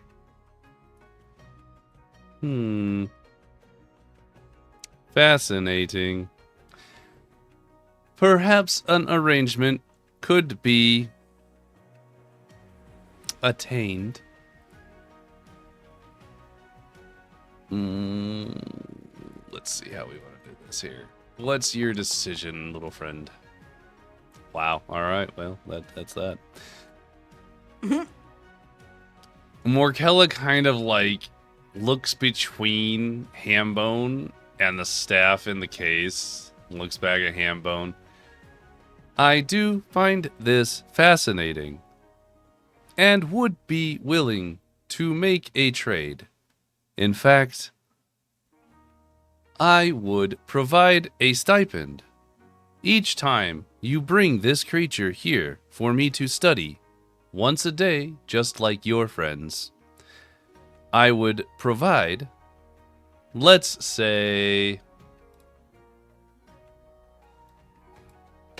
let me do a roll. Wow. All right. I will provide you with 20 gold a day to bring this creature here, and I will apply that towards an item of your choice. Is this acceptable? How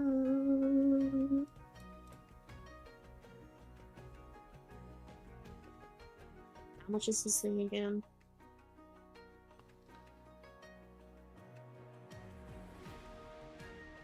A staff? Staff is 450. 450. That's like 23 days of stuff. Now you're gonna be doing this a while, but your friends are doing it Like for a a daily while gacha too. game.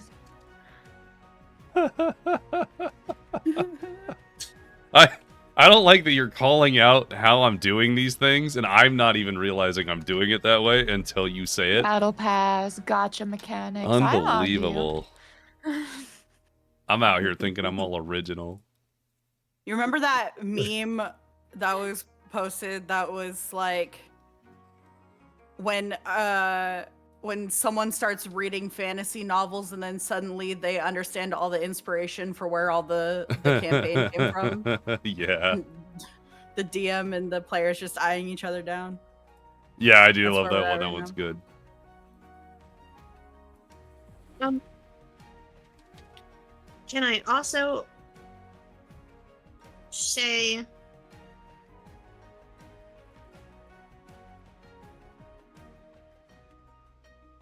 are there things that you like? Are there items or resources that you need or collect that I could get for you to also help put towards the bill? Mm-hmm. Roll me another persuasion roll. No advantage on this one, though. Well, Why do they have to put all the P things next to each other? I don't know, alphabetical or something.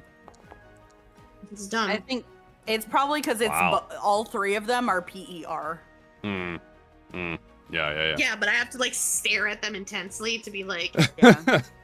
to be like, wait, which one is it? Right. You see Morkella kind of tilt her head and consider for a moment. I believe we could come to an understanding, and perhaps I could use the services of not only you, but this group of individuals to procure difficult to find and obtain material components.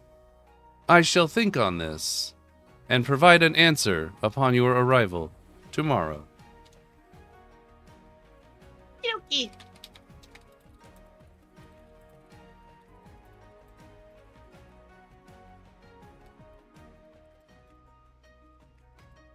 Then I'll be Video? since everyone was talking to like Morkella, I'll just be like, "Hey Morkella, you got any cool stuff for me too? Since everyone's looking at your stuff." Of course, I have items for everyone. It was provided by God. I don't know. But, yeah. Oh, sure. Actually, Not in my name D&D. is Blaine. Goddess. So she kind of points to the items, and of course, Liari, you'd probably be drawn to that very void-looking gemstone on a silver chain. Whoa, that one's cool. What does it do?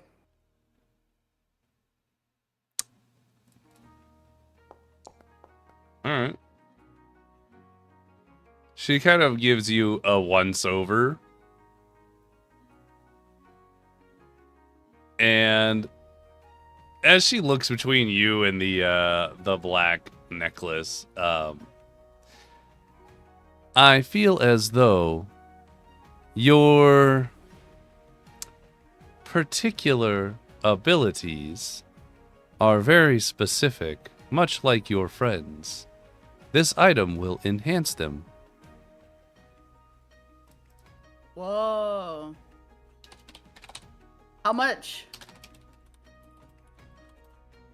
For you and your friends, because you have worked so hard and diligently to provide me with new information about magic, I will provide it for a discounted price of 2,400 gold.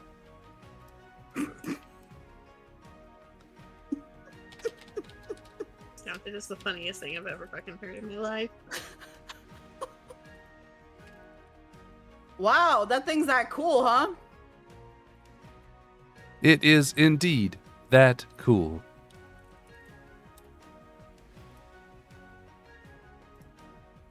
What if I show you a cool party trick?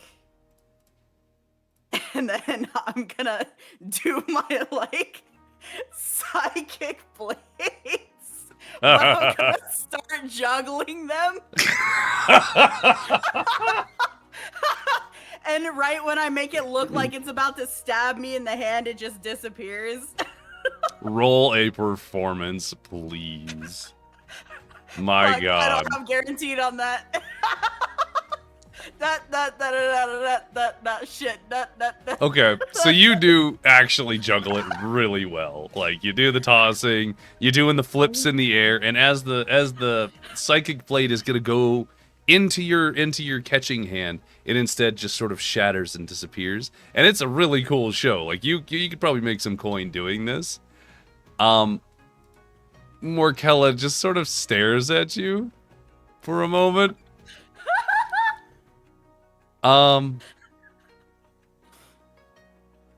That is entertaining, yes.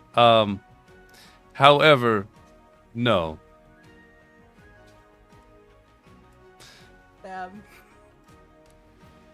You're not into magic like that, huh?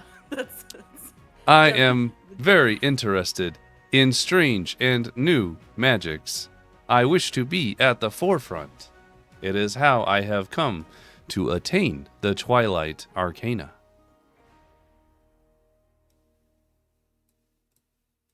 That's fair. Different kind of magic. I got you. I'm gonna butt in. Thank you for allowing us to look at your wares. Of course. I look forward to seeing most of you tomorrow. And she's just gonna, like, turn and go back to working on stuff. I'm gonna exit as well. She's so fucking no nonsense. It's so funny. What? It was cool. I was anyway. Man, y'all don't like street performers? I literally was like, would she be interested? And I was like, no, because it's not like new magic to her necessarily. Yeah. And I was like, damn. No, of course not. But Liari's like, this is the best I got. I'm not a magic guy. It's like, look at my magic disappearing blades. Oh, Whoa! Am I gonna stab myself? Nobody knows. It's so fucking funny. She did her best. She failed. I expected that to fail. It was just funny. You did so good, guys. So you exit the shop. Mads and Joe have expended. Well, Mads has expended her veil magic. Joe doesn't really have that kind of control and can't really count it. And Pyrie has Hambone. Clink, clink, oink, oink. Clink, clink, oink, oink. Yep. What was Oink, oink. What was the statement you made to Morkella with your is this a magic or something? I don't know. What was the meme? Is this a ham bone? Is this a ham bone? Oh no, it was I think the idea was that it was like a like the bunny butterfly meme of just like is this a butterfly kind of thing? But Yeah. is this of interest to you? It holds up a leafy dead pig. Awesome. Holds up a leafy dead pig to a mushroom lady. Is this of interest to you? Could I interest you? Like in the a car ham bone? Yeah. Slaps the hood. This baby. Oh my god. This baby's got one vial of poison. Probably a lot of trauma. And definitely is green. The weem is birthing other weems. It's over. so good. So, It's awesome. on that note, before we continue, we have reached the halfway point in this episode, so we're gonna take a quick break. Don't go anywhere, because when we come back, we'll have another panty roll. Yippee! And maybe Hambone will break. Who knows? Oh god. Oh no, hamburn. Hamburn! Hambone. Anyway, we'll be back, chat. Don't go anywhere.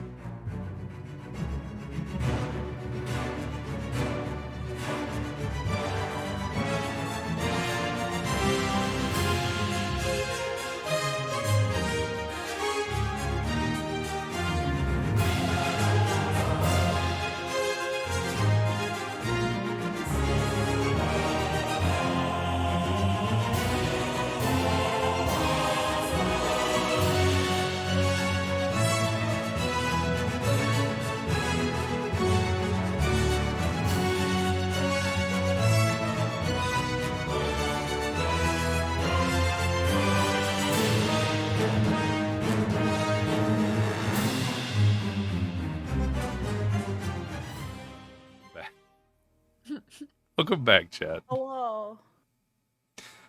Welcome back, chat. I was just we were told sidebarring. this is the best gacha game ever. Welcome to Yeah. D&D Impact. Impact. Yeah, where it impacts your Impactful emotions? D? I don't know. It impacts It your will impact my you in D. various ways. It impacts on my D until I D. There's something there. Notable other names could be D&D Waves, D&D's Rail. Oh, These- yeah, I'm railing for sure. Star D&D. Yeah, Real we were is simply musing over the aspect of potentially trying to cop Morkella as another NPC follower that Blaine promptly said you're capped. So then we were like, okay, but what if, like in Baldur's Gate, you trade them and leave one at camp and take one with you, and that's how we got here. Now you're caught up. I also need about 30 seconds because I am cooking. Oh, good. Yeah, no. Weem. We love Weem. Weem. Love Weem.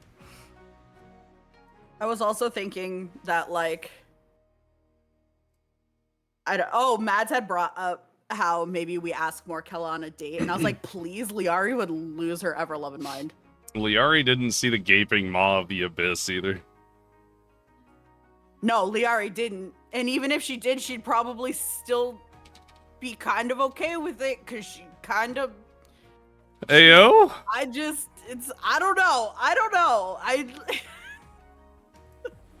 I can't, but I don't know if she cares, to be honest. If she's trying to sample everything there is to sample, I feel like it's kind of racist to not be about gaping mushroom mouth. I don't know. I don't know. Gaping mushroom mouth. I have Mushroom mouth heard on some my statements. Just... On my. I Oh my. Oh my. We haven't been put into this scenario, and I don't think I ever will, because the mushroom lady has already turned me down and made it very clear that Mads is it, which is why I've been wingmanning. And I'm like, Mads, don't fumble You're the trying bag. to wingman, and then That's Mads all is just you. like, please no. Mads is like, shut the fuck up, we're leaving. Yeah. Mm-hmm. You're not winging anything. I'm the one with wings. Ayo. Not an AO, but like... Yep. Aha. Sorry, this is too good to not make this. I need another minute. Not even a minute. I'm almost done with it. Yeah, You're good. We're just shooting this shit. I'm chilling. Because the other thing, so I've kind of mentioned this before. I don't remember if it was live or not, but I've definitely told Blaine that I have an interest in earning a, what was it? What skill was it? Was it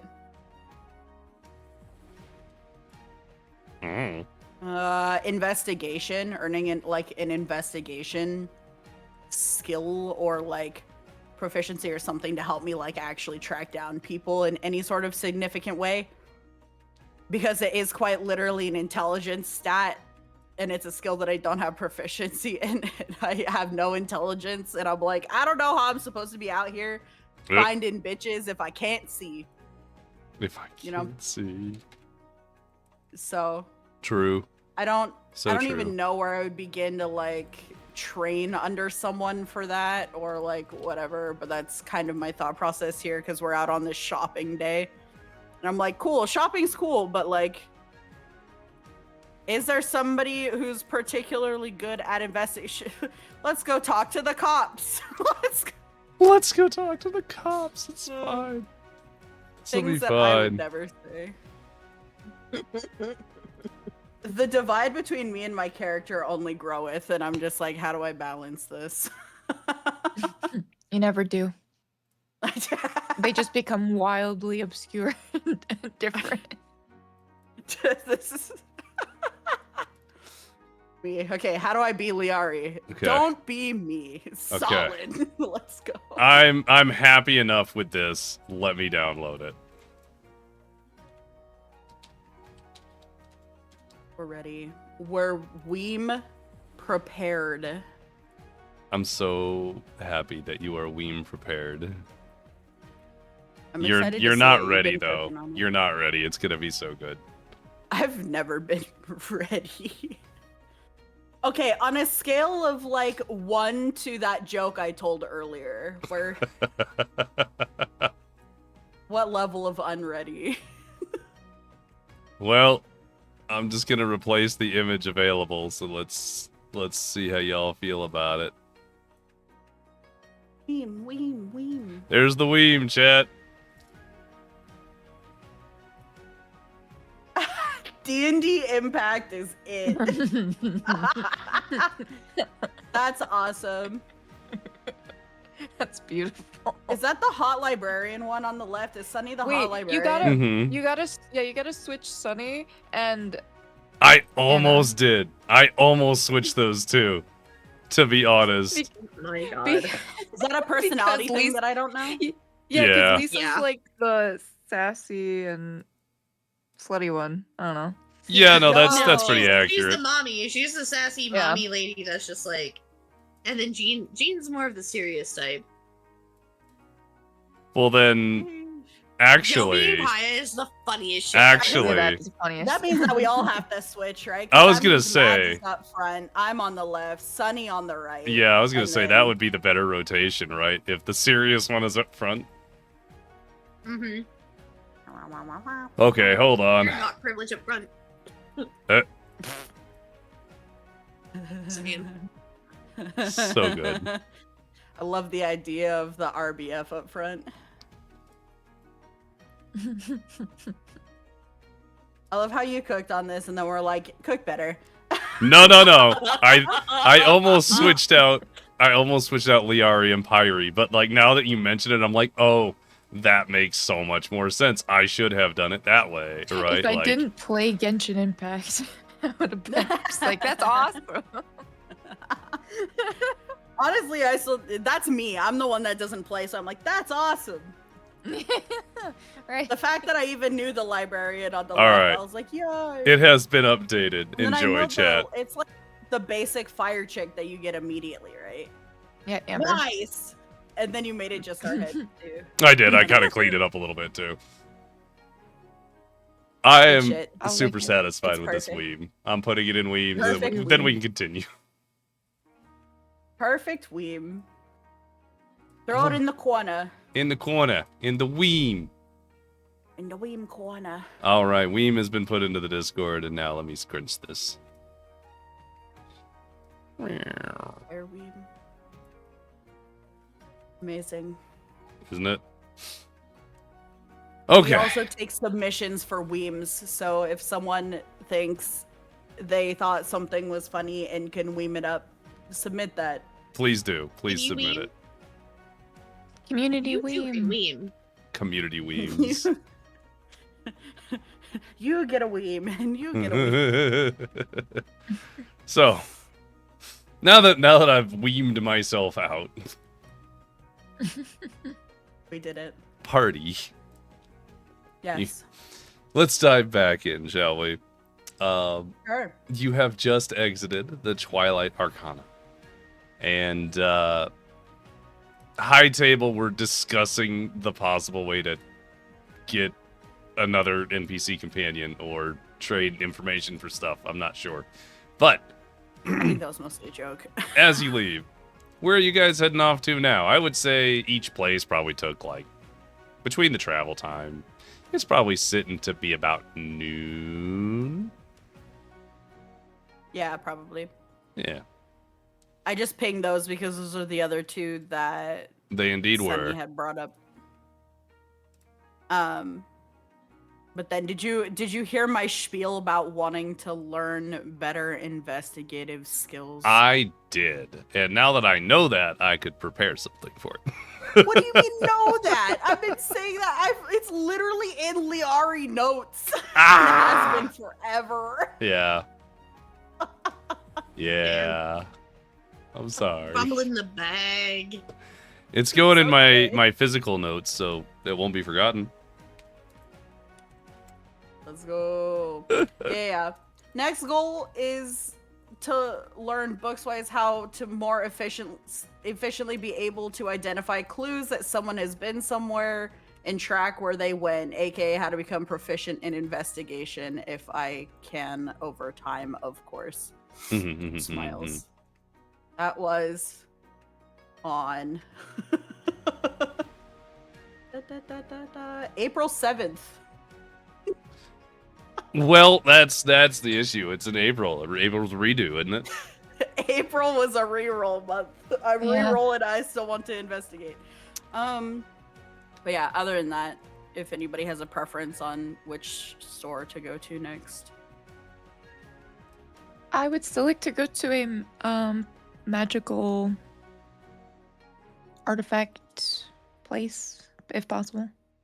Sure, you can definitely kind of roam around town and see if you can find one, or ask people for directions for some such location, because you'll need to find another one.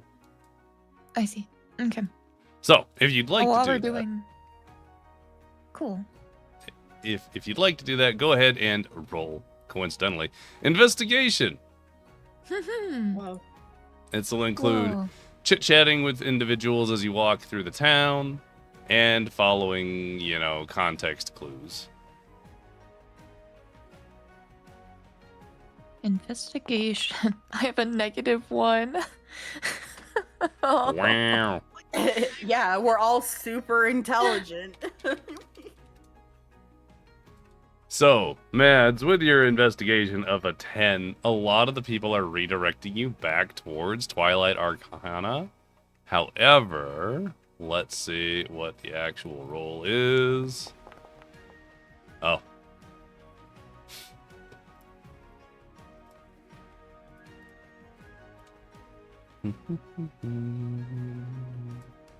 Hold. Holding.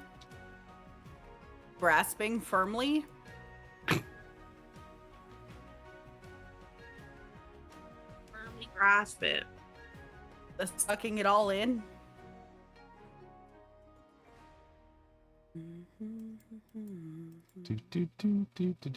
Don't mind. Since we're in the rich area, can I eyeball around to see if anybody looks...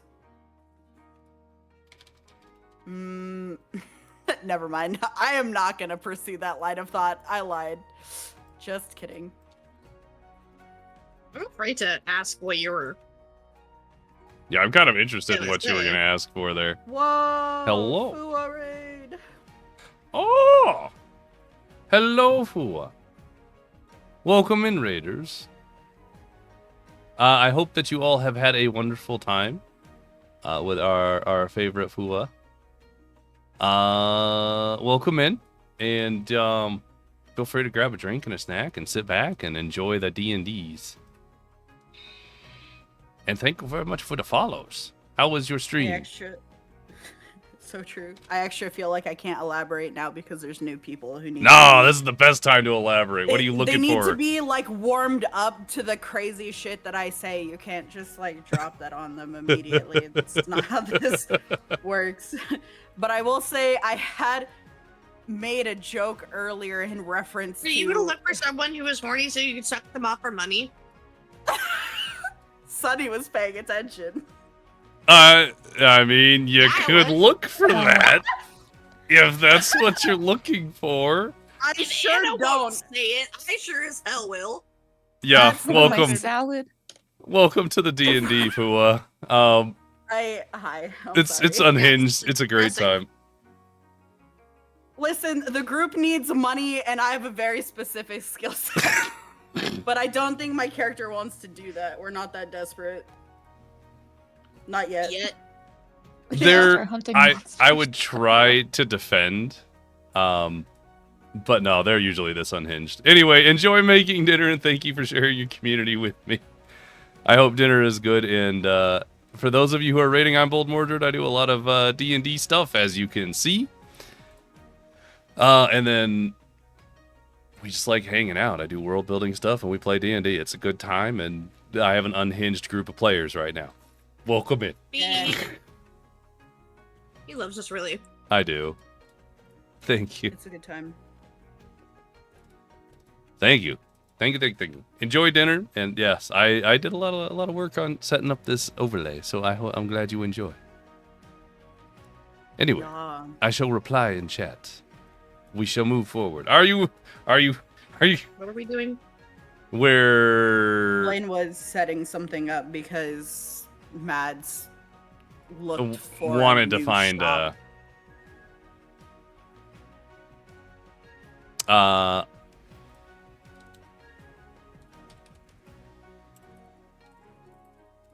Like, okay. Brain is braining because I was also using an RNG thing for the name. Mm. Because with a 10, you do eventually find something. That was the DC. It's just a matter Nice. of, getting it available for you, of course. Of course. Of course. Of Yeah. course. So anyway, players, as you kind of wander your way around the city, you eventually wind up back in the city center. And you are eventually directed to a small, tiny corner shop, if you will. Like the tiniest of little huts, almost. It is a single building room. Think like if you walk into a fortune teller's booth and how small that is. It's barely big enough for like 3 or 4 people. So as you all sort of schluck inside, it gets a little crowded. And as you enter into the Whispering Vials, you part a curtain of tinkling glass beads. You step into a very small, tiny place with dark wooden shelves. And you smell a lot of fragrances in the air, like jasmine, cedar, maybe some sandalwood.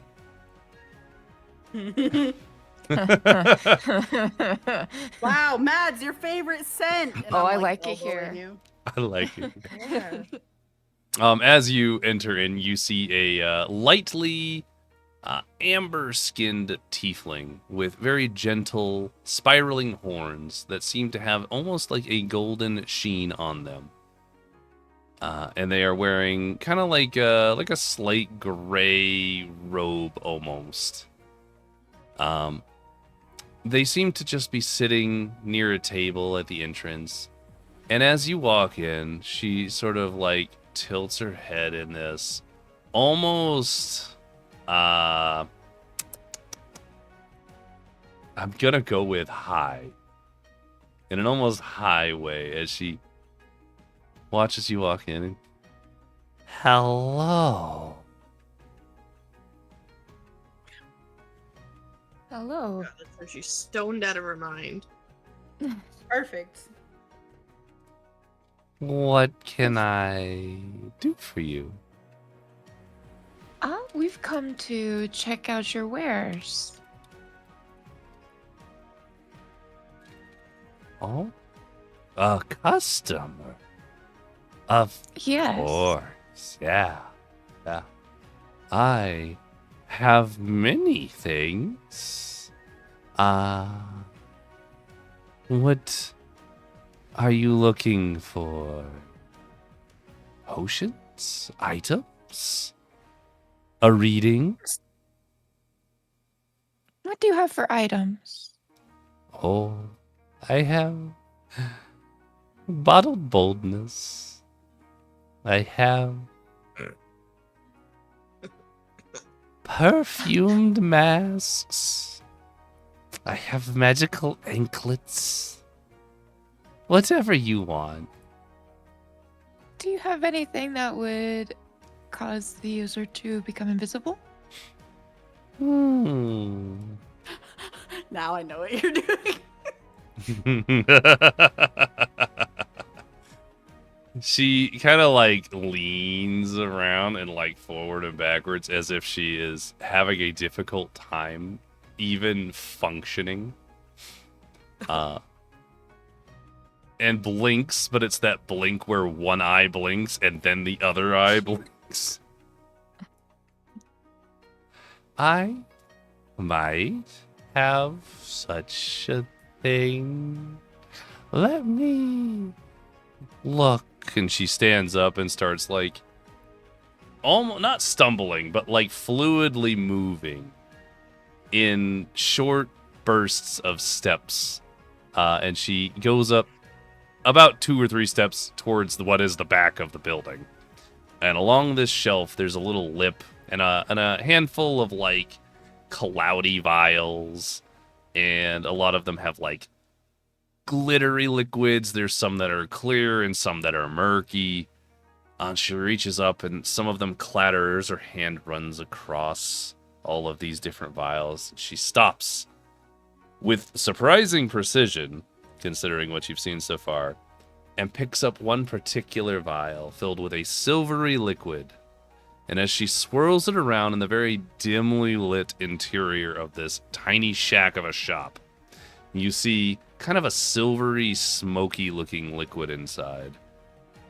I have just the thing for you. She sets it on the table in front of you. I have one little potion. And you just drink it, and it makes you invisible for...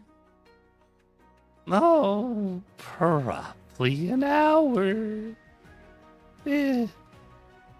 Or something. I think I'm gonna like kind of get up real close to her and do that thing where you kind of grab their face and look deeply into their eyes, like no personal space. I'm gonna say, honey, I'm gonna need you to focus while you tell us this stuff, okay? Okay. Go ahead and give me Try and like snap her forward a little bit with the like blush. Give me a dexterity check, would you? Dexterity check? Because you're grabbing her face. I'm not sure what else I would put that under, to be honest. Maybe like, I think it's a broad Dang. check. It's gently. I'm like, Yeah. Like it's, but sure. She there you didn't go, roll well. My 22. She's high. So as you get really close and you grab her face, you notice her entire body stop flowing, if you will. And her eyes lock very hard onto you. Like any indication that she was high is non-existent in this moment. That's good. So it works. So I'll just reiterate what I said of the. I'm gonna need you to focus while you're telling us this stuff, please. And then I'll gesture to Mads to try asking again about the stuff. And mentally prompt that too. So you don't know how long precisely.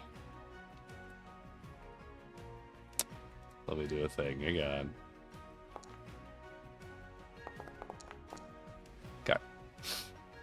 Okay. The eyes that seem to be just kind of floating around before flick away from Liari and towards Mads as this individual stares at you. Oh, what is your passive insight, Mads?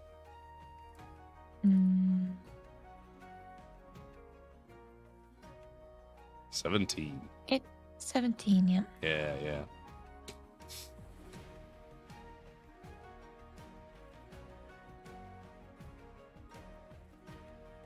With a 17 passive insight and you staring at this person,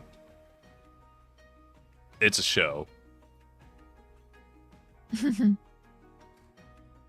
The highness is a show, yeah. Okay. Yeah, clearly. If they snapped out of it that hard. But then I'd also like to add with what I had said. Since we're being honest now, I think I deserve an answer. Fine. It will make you invisible for an hour. Is that good enough for you? Does it make her Yes. invisible at all? Of course, I don't lie. Is that true with my insanely high insight, Mr. DM? What's your passive? Actually, go ahead and roll it. 19. Oh, yeah, that's fine. I'll take the 19. That's fine. Yeah, you should. Yeah. I was like, that's a high addition. You asked. Is there any? She seems like she's telling the truth, Liari. Okay. Albeit she's an ass. Is there any other items that might be able to do the same effect that you have available? She sighs heavily and stands up and walks to the bag. Or walks the 2 steps to the bag. And picks up this little, what looks like a bracelet of some kind. Although it is a little bit, it's shaped a little bit rounder. It wouldn't be something that goes on your wrist, so to speak. And she sets it on the table. Like an This- anklet or like Like an anklet, yeah. It's a little slender silver anklet with little tiny chimes on it. But as she sets it on the table and moves it around, it makes no sound. She sets it on the table and kind of looks you dead in the face, like no happiness in this, no show. This will make your footsteps silent once every day. That's the closest I got.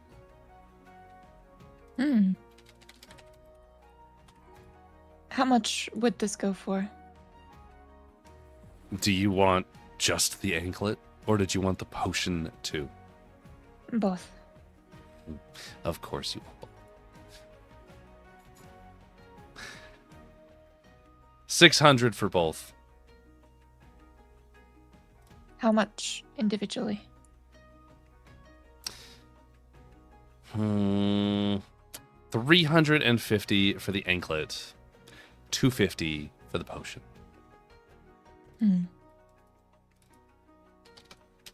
I want to interrupt and just look at her and say, like, I think there could probably be a discounted fee for certain deceptions that we've had to go through to get this far.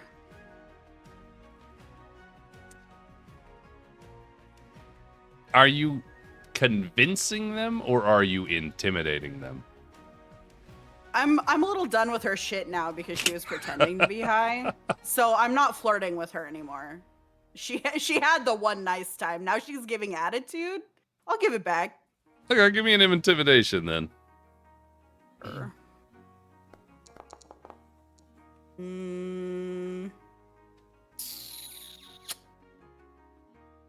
I kind of want to inspire that. I don't know. Actually, I think I'll add my D4 to that. Ooh, good use of the D4. Hey, look at that. I like 17. 17's a Who's great a scary number. dog now? Hey, yo. This person kind of looks over at you with just a lot of disdain. I was enjoying myself. Thank you for interrupting. I will lower the price by 100 gold. You won't get any lower price. Thanks.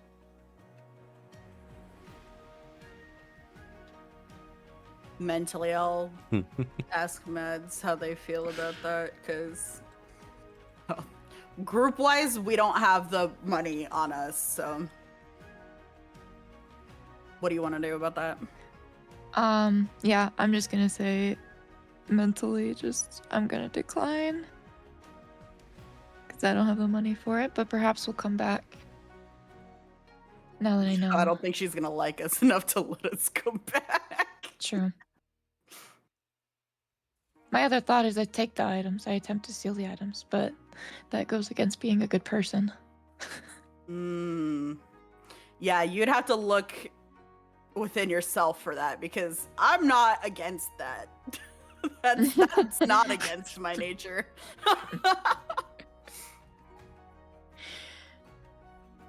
I'm gonna just keep the items on the table and just be like, I decline.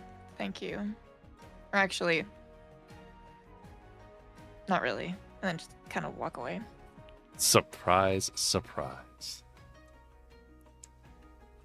Oh, what are you surprised about? Bunch of big shots walking in, causing a scene, and then not buying a single thing. Perhaps if your attitude was better, I would be more keen on spending money here. Maybe if your subordinate didn't grab my face, we might be having a better conversation. I'd like to do the scary dog privilege. Yeah, give her an intimidation. He's gonna snort laugh at the subordinate comment.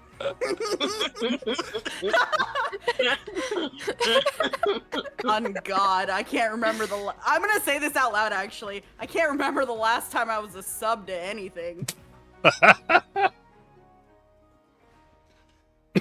Okay. Mads, you turn to do scary dog like RBF at her. She is unfazed and gives it right back.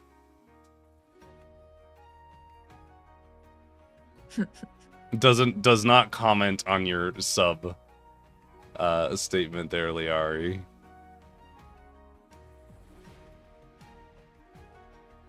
Well, if you're not buying anything, then leave. Gladly. I'll try to leave. Okay. Get out of there. So Mads leaves. Joe will follow Mads out. Pyrie and Liari leaving? Mr. GM. Going along, so yeah. I'd like to take a quick inventory of the items that would be easily snatchable on the way out that I could pocket in my thievery. There's a handful of assorted potions along the walls. You might be able to grab one or two of those. Additionally, if you did it really well, there's a couple of strange looking decorative items, perhaps. You're not sure if they're decorative or not. One seems to be what looks like an embroidered mask. And the other looks to be... That's gotta be cursed. The other one looks like it seems to be some kind of heart-shaped locket that's seemingly made with, rose quartz. Hey, Probably Mr. also DM. cursed because I have a thing. Hey, Mr. DM. No, Because fire. Pyrie's just been...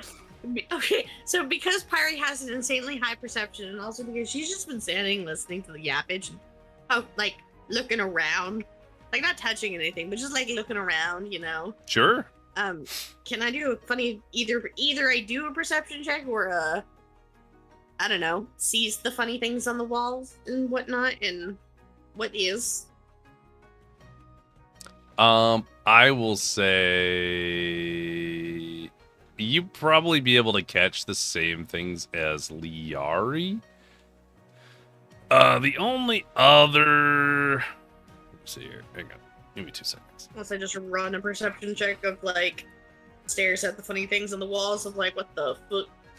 I feel like you probably could, but then I probably wouldn't try to steal those things because if you're staring at them and then they go missing. This while they're doing their nonsense of, the bickering back and forth and crap. Because Pyrie's just been sitting there. Pyrie, I will say, during this time, you haven't really engaged at all. So I will say that you have been looking around. You will see some sort of really oily looking substance in a stopped vial that seems to stand out from the rest of the random vials on a shelf near you, as well as a little sachet of something. Looks like a tea bag, but it's oddly like in its own space for no apparent reason. Like suspiciously so.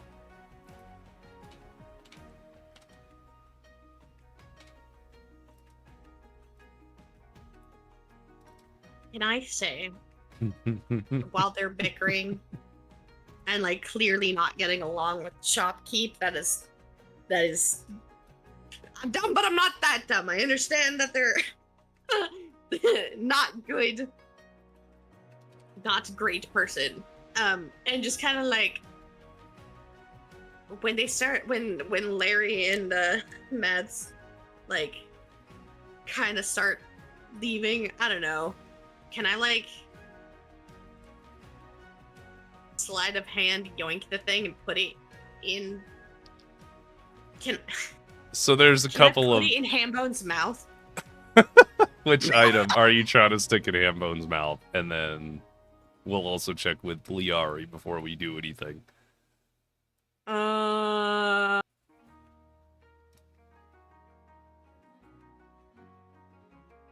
In your position, you have a little bottle of oil and a little sachet amongst what looks to be maybe potions. Hard to tell. Chat help. Chat help. What do you mean Party chat help? help? Yeah, chat help. Party help. Do I go for the funny oil thing or do I go for the tea bag?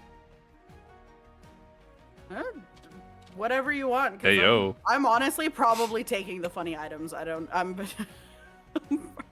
probably not gonna take Because I'm potions. I'm gonna take the curious- funny items and deal with the consequences later. Because I'm gonna see it and I'm curious gonna think, about- Pyrie likes Oh. masks. I'm Jesus. curious about both of the funny things because I want to Here know. I am stuff. leaving and not stealing, so I want to be a good person, and my Yeah, you're doing great. compadre's here. You're doing great. I I don't know know. it's gonna be like it's gonna be for Pyrie. It's gonna be like oh shit, we're leaving, but like grabs the thing. like was you know, when looking you- at it and then forgot to put it back and stuck it in her purse. Whoops. Yeah, like, but just like shoves it in Hambone's mouth. Sure. Yeah. Okay. So you're going Whatever for you which want. one? If you don't, I'll go with the tea thingy because I feel like I would accidentally break the other one. The sachet. Yes, all right. So tea thingy for you. And Liari, you're also doing shenanigans. yeah, I'm gonna ignore the potions and I'm gonna go for the two funny items, the mask and the locket, and all of my expertise, thievery, my sleight of hand. Mm-hmm.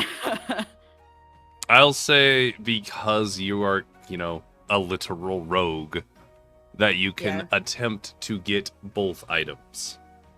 Yeah. So, what I'll need from the two of you, Pyrie, I will need one sleight of hand roll. Liari, I will need 2 sleight of hand rolls.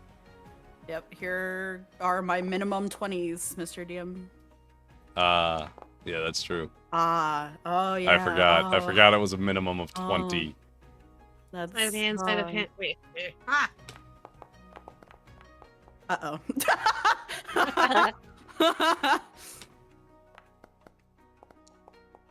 That's No. why I asked, because I No. was like, I'm so cunty with this. Like, she could be staring right at me and I can just do my funny, like, it disappearing daggers magic Wait, trick but and did it steal work? that shit and Did she'd it never work? know. When did it work? When did it work?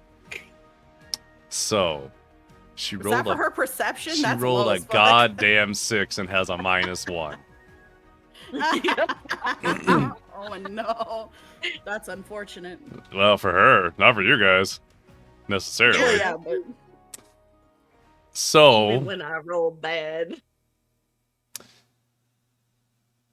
Liari, you, as soon as Mads leaves, this person just kind of like slowly turns their head and like expectantly like tilts it at you to like get the fuck out.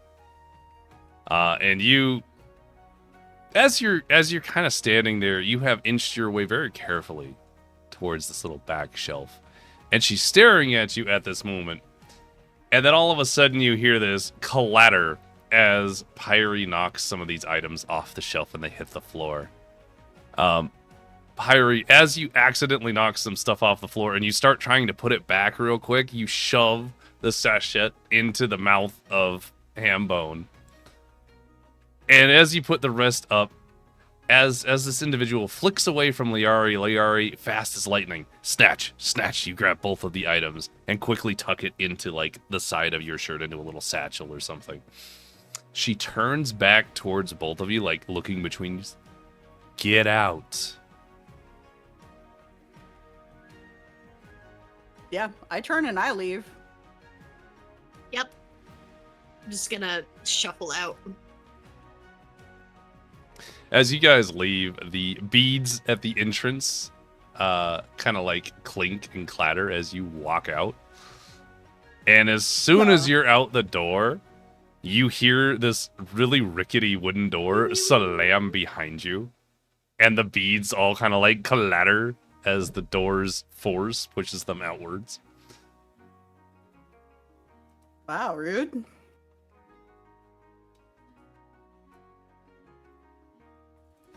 That's the rudest shopkeep we've come across in a while. I don't think she knows how to do business.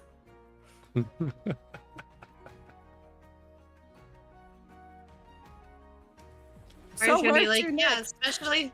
especially since she let people take things. That's crazy. Wait, I'm Wait, gonna you guys look took at stuff? Pyrie and be like, You guys took stuff? well, neither of you should have seen me take stuff, so I'm looking at Pyrie like, what do you mean take stuff, Pyrie? Pyre's just gonna be like, well, wait for us to not be in front of the door. Okay. I shuffle the party over to like an alley somewhere. Somewhere not obviously. Right, like not in direct line of sight or anywhere near the area that we've just been. Yep. And then Pyre's just gonna like put her hand in front of Hambone's mouth and be like, spit it out. And he'd just go, what? Wait.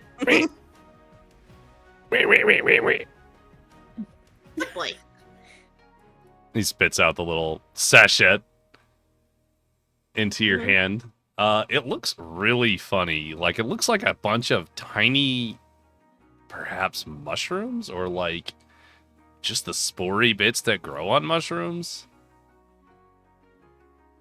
It's interesting. What?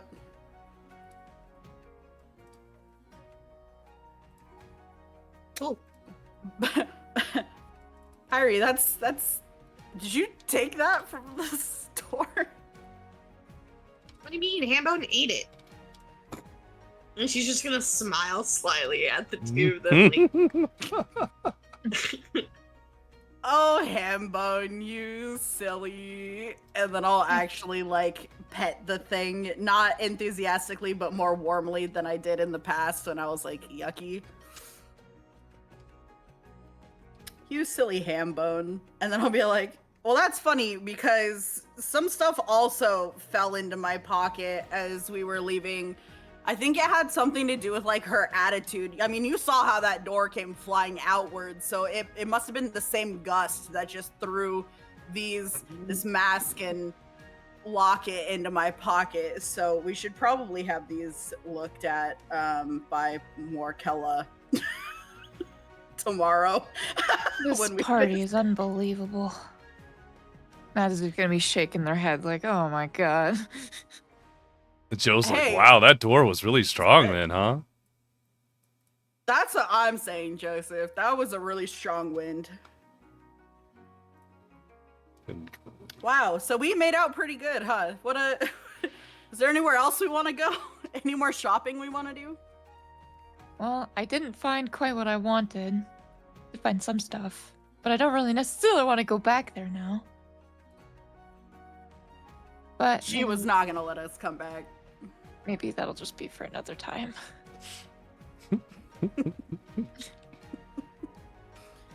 Fair enough.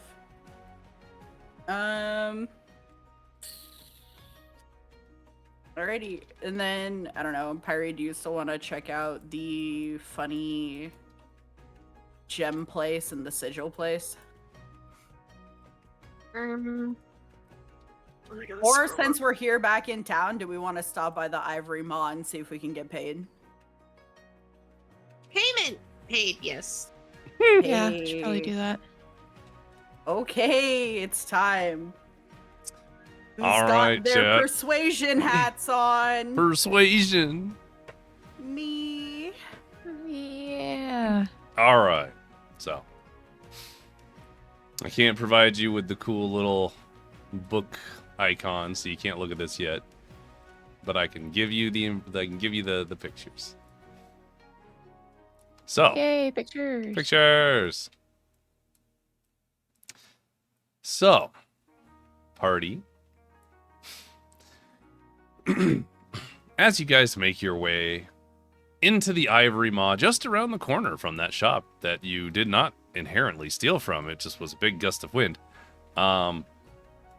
You make your way up the steps and into the interior proper, which has two large tables that line the center, and of course the sides are filled with taxidermied trophies and bones and all sorts of like celebratory pieces that are put up on a wall to show the prowess of the hunters within. There are a handful of individuals taking advantage of the Ivory Maw's services with some food and a place to rest for the hunters that take up the contracts. You all make your way along this this big long walkway towards the back where the desk is. Liari and Pyre, please go ahead and give me a perception roll. Actually, Mads, give me one as well. Everybody give me one. Oh yeah. Yep. That's true. Uh-oh.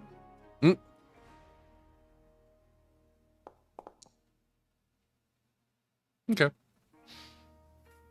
Mads and Liari, you're just walking in and Liari, same as the first time, and Mads, this is your first time. This place has a lot of very large beast heads and assorted like fangs and talons and claws all along the walls. There must be some impressive hunters in this vicinity.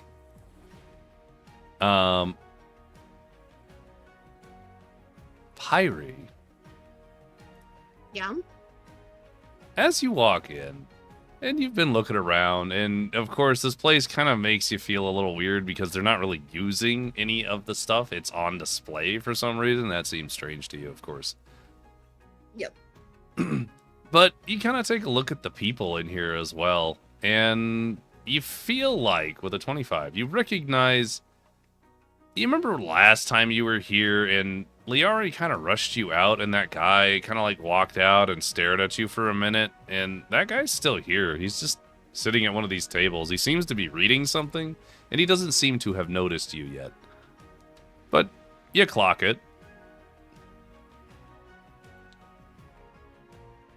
Pyre's gonna say technically in her head, Mm-hmm. but in the shared brain space, there's a guy with the funny face. What do you mean the guy with the funny face? The one that looked at me funny. Oh, I'm gonna look around. And... Which one?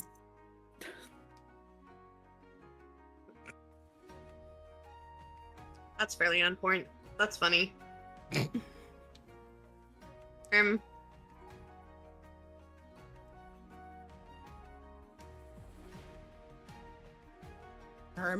Pyre isn't exactly subtle. Oh, Lord. I would just like to Okay. note this, but she's going to just be like, because she's holding on to she's holding ham bone. Mm-hmm. So Yep. she has ham bone in her hand, in her arm. So she's gonna like she's gonna like kind of scoop ham bone up by his butt, and then like with the other hand, like use his little hoof to like point at the guy. This is the little Oh, yeah. hoof. Yeah, the little hand bone hoof. Are you like turning full on to just- face him, or are you just like sideways pointing? Kind of like sideways pointing, I would say. Okay. Yeah, mentally, I'm gonna add the context of the last time we were here. Pyre was saying some pretty interesting stuff out loud, so we had a conversation about no longer saying that stuff out loud. And that was one of the guys that was really eyeing us down after that. Perhaps we should lay low then. In what way? Just not cause a scene. Oh, yeah. Yeah. As far as you all can tell, the individual has not seemingly noticed you and is fixated on whatever paper they're reading, occasionally eating from a plate nearby. Perfect. Do I see the person snake thing that helped us last time? You do, in fact, see this individual behind the counter where you went up to last time in order to get the actual contract. So, as All right, you... so- Oh, go ahead. Mhm. Oh, I was just gonna go up to them again because they know what's up. So, as you make your way in towards the back counter, you make your way up to the individual who wears a very covering robe and a large mask that covers up their protruding mouth and snout, as far as you can tell. As you step up, she looks up at you all. And, hello. I see you've returned. We have. And- We have Mm-hmm. gotten rid of the creature, as asked. Wonderful. Will you just produce the proof of kill? I'm just gonna Ah. chime in and be like, so that's the problem. It kind of sank and like bubbled, and neither of us wanted to swim in that gunk. Yeah, that thing is It's- gone. It was gross. It suckered my hand.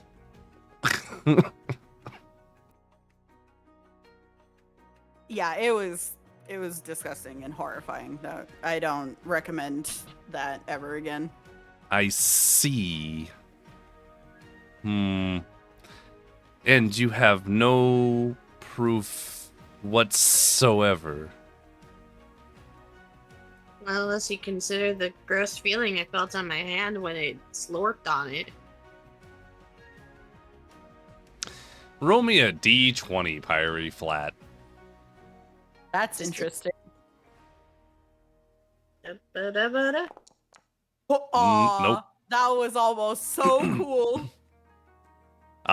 As you look at your hand, Pyre, the sucker mark is no longer there. Oh, sad. Yeah. To be honest, I didn't even think it would have left a mark. Well, I was considering, and I was like, usually suckers leave a mark, yeah. Yeah. But I mean, yeah, but it kind of like, I don't know, it like slurped on my hand. Yeah, or like It is the a proof of slurp attempted slurp. poisoning, right? 'Cause You did Yeah. have to do that con check. Like something happened, you were Mm. just stronger than what was happening to you. Go ahead. I'd also like to chime in and be like, I saw it die myself. I saw it sink. That's interesting that you both are lying and I have yet to tell a lie.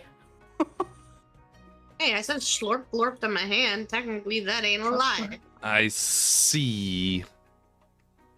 Well, Liari rolled persuasion, the other two rolled deception, because there were, in fact, inconsistencies. There was inconsistencies? not inconsistencies, but I was just It careful with didn't- my wording to not Exactly. tell a lie. Damn it. Man, I Such shouldn't have said lying. anything.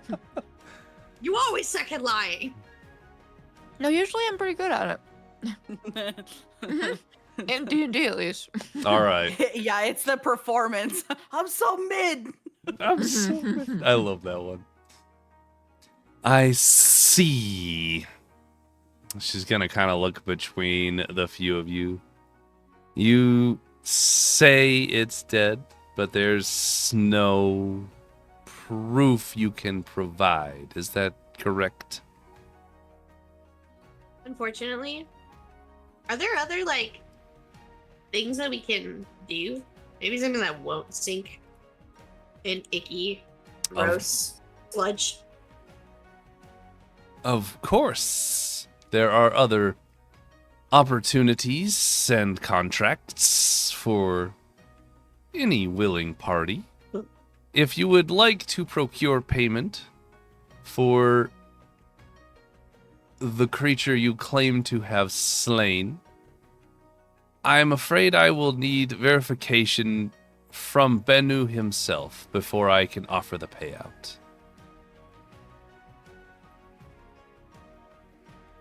All right, that Pyre's gonna Works for whisper us. to Larry and be like, not in head, but like, right. and just be like, Yes. that's the fancy pants man, right? Yeah, yeah, it is. That's the guy that gave us the sigil for the jobs. Yeah. Fancy pants Okay. man. Yep. We were meaning to go talk to him again anyway, so we can do that. That's fine to hold off on payment until then, right, guys?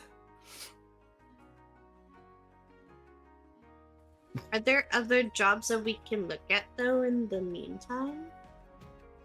Of course. And she produces a small summarized list of many of the notice boards offerings. There is, I will read the titles of them in their difficulty from least difficult to most difficult. You can clear out a nest of razor beaks. You can remove the shimmer scale drake. You can end the wave runner serpent. You can defeat the Bonebreaker Stalker. You can fight the Coral Leviathan. However, I will say, as she pulls it out, there is another one that she does not read off to you, and just kind of like moves on from it. What's that one that you skipped over there? Well, this one in particular is likely too difficult for your group.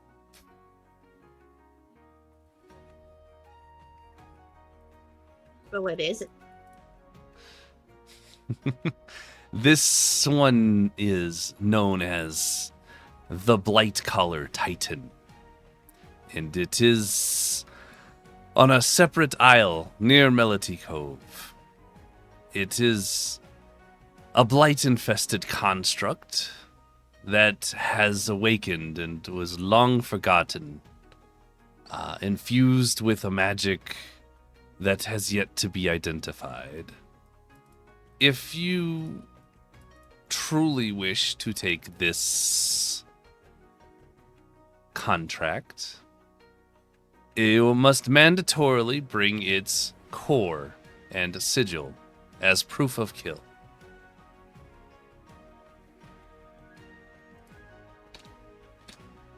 Mentally, I'm gonna say we don't need to take that one. I was just curious what it was.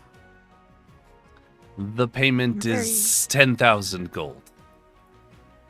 Oh. Irie's gonna look at Larry, like, just turn and look and just be like, wide-eyed. That's Because she has... Mentally hearing the price, I'm gonna say that's definitely beyond our purview. A job for 10,000 gold. There's She's like, no way in hell. I've got 5 gold to my name.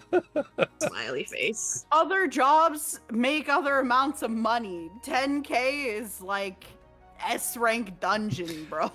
of course. Not solo leveling. There's a bonus of It's 2,000 a red gate, man. if the core is intact. If the core is Again. intact. You get extra 2,000, he said. Yeah. You get a bonus of 2k if you bring the core intact. Matt's is kind of perked up at the We've never once sound kept of anything this intact. place, because What You know, was lore? your question, Lore? Mads? I'm kind of interested in this place, because lore. So Interesting. I'm going to say that we should look into that, maybe. You wanna die? We've lived every perilous thing that we've done so far. I don't Can we even think we sign up should have taken for- on the last one, if I'm being honest. We did fine. It fucked off. We didn't do anything. And we would have been fine, even if This one we Things have gone actually differently. have to kill it and take its core like intact. Like we've never done anything and kept anything intact. This is not within our skill set. it was the first time for I everything. mean, We would have to Technically- hire on technically more people speaking- with different skill sets. We would have Is to, this all in I- your head, or is this... Yes. yeah, yes, this would be yes. arguing in our heads, 100%. This is- I like to think we're all standing in a circle, just kind of glaring at each other. Yeah. Something like that. Yeah. The absolute silence right here has caused some of the individuals at the tables to kind of look up at you, and the individual behind the counter is very confused at your absolute silence.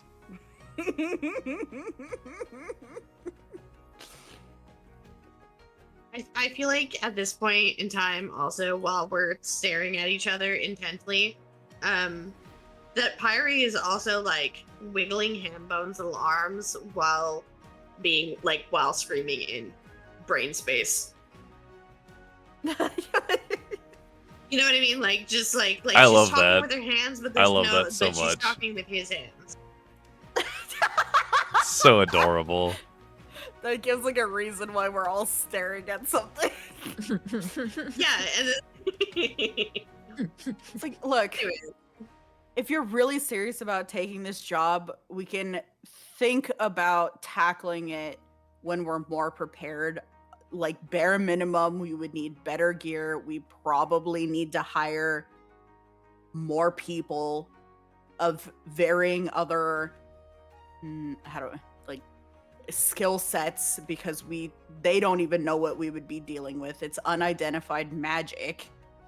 Like, and that's all of that is gonna take funds. So I say we do smaller jobs and work our way up to this one, and then we can kill a titan or something.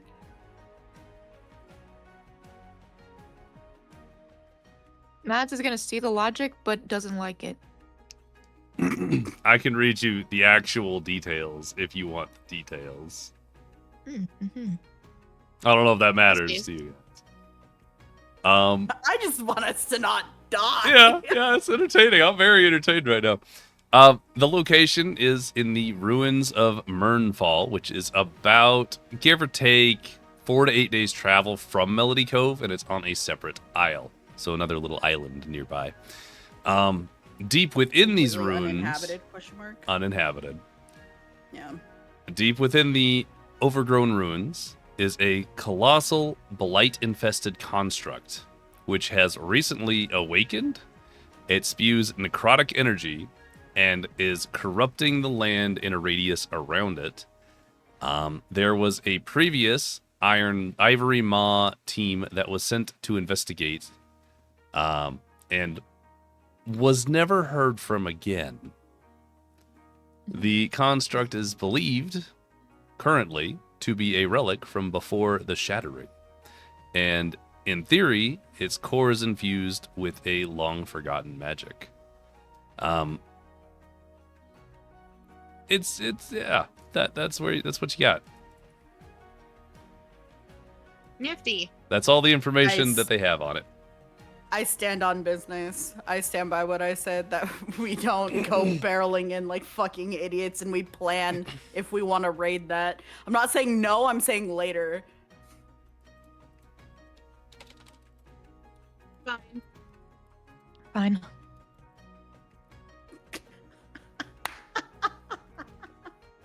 So Fines. there's interest. What was the one right before that one? Was that the serpent one?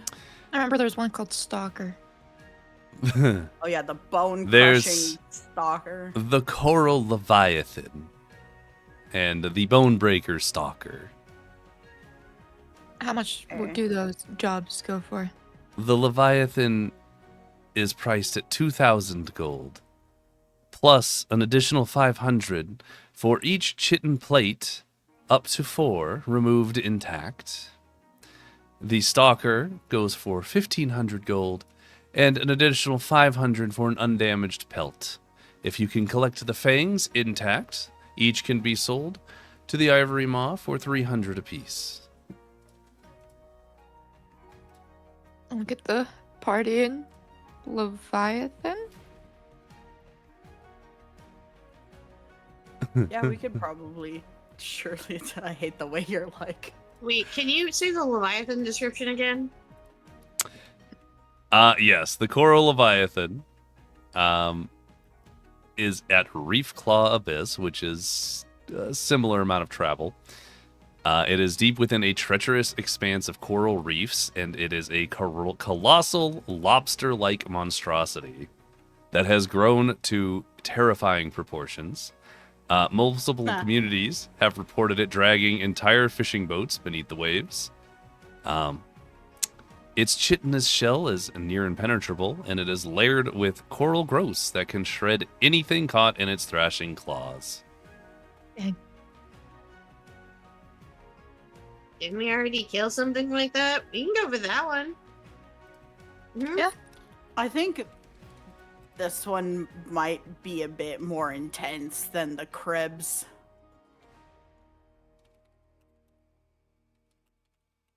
Excuse me, Carlene, do you know in general how giant crabs compare to giant lobster by way of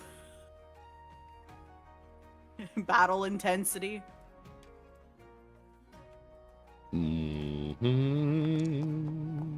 Wow, she is actually knowledgeable. Good on her. Yes. We have had requests for giant crabs in the past. I would say approximately the Leviathan is likely equivalent to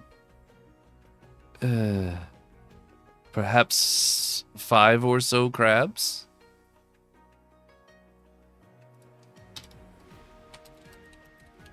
Honestly, that might be doable. I think we could do that.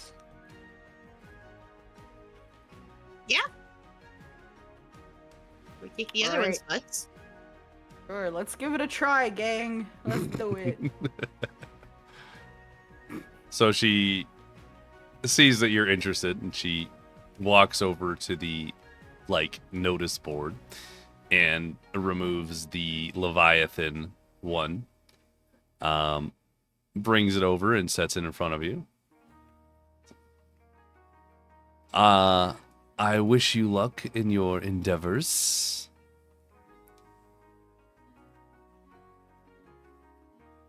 Thanks. Mr. DM, what did Mhm. we need again specifically for that job?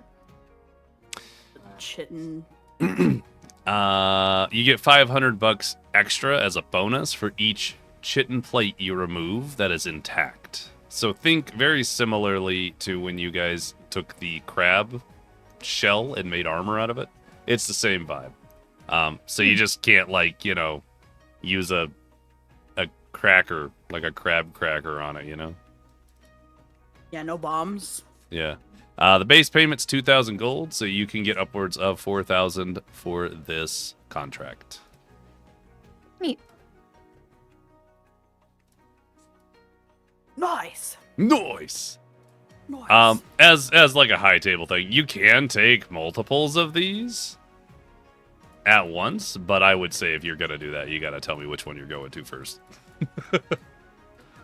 The high table, I say we stick with one because I don't know if we're still interested in doing the gambling ring thing, so that already feels like one quest we do have.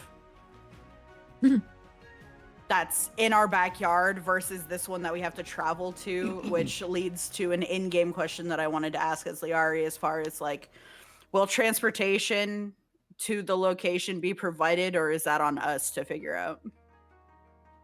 In-game. Yes, in-game. Carlane. Transportation is not provided. All costs regarding the contract are paid for by the contractees. Yep. We gotta find a ride for this one anyway, so it's gonna take us a minute.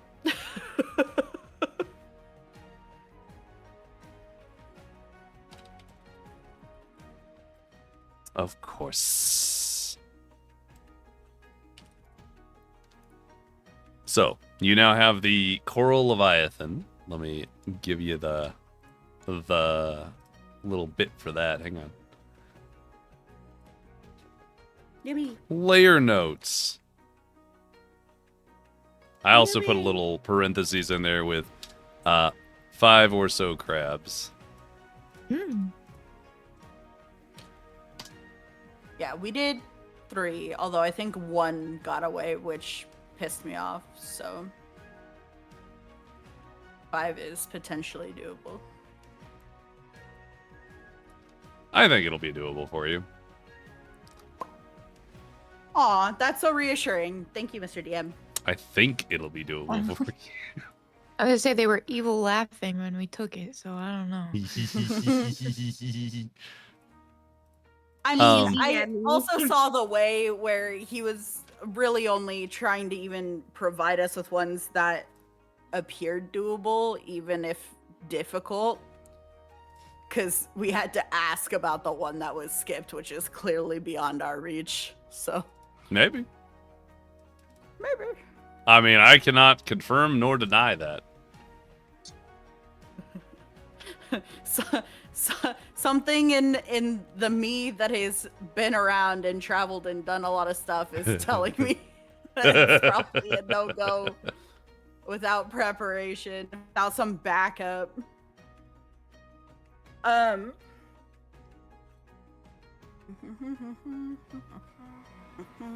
Cool. So we need to go see Bennu, potentially not today. I figure if we go do the gambling thing and then we check in with him, we could be like, look, we did the gambling thing, and then also we did this other thing, but we need you to vouch for us that we did the thing so we can get paid. I like it. Smiles. I'm just We like listening. it? Slay. I'm into it. For sure. Today's a very busy day. What time is it now at this point? You went to 1, 2, 3, 4. You went to 4 shops, including the Ivory Maw. I would say between the travel time, you're probably It was noon when looking we like left. let's say it's 3-ish. Okay. 3:50. So do we want to some food and then maybe start scoping out the slums? Maybe get some locale info. Stake it out. Yeah, steak is low-cal and high in protein. So true. Good one, Mr. D. Thanks. Yeah. Sure, that sounds good.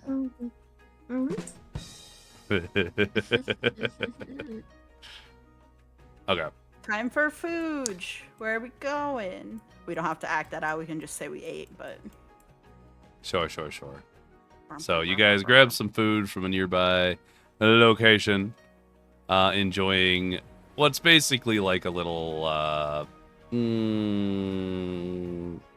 we'll say a pasty. So a almost calzone-like thing filled with basically a thick stew. It's a delightful. Yum. Curry bread. Yum. Yep.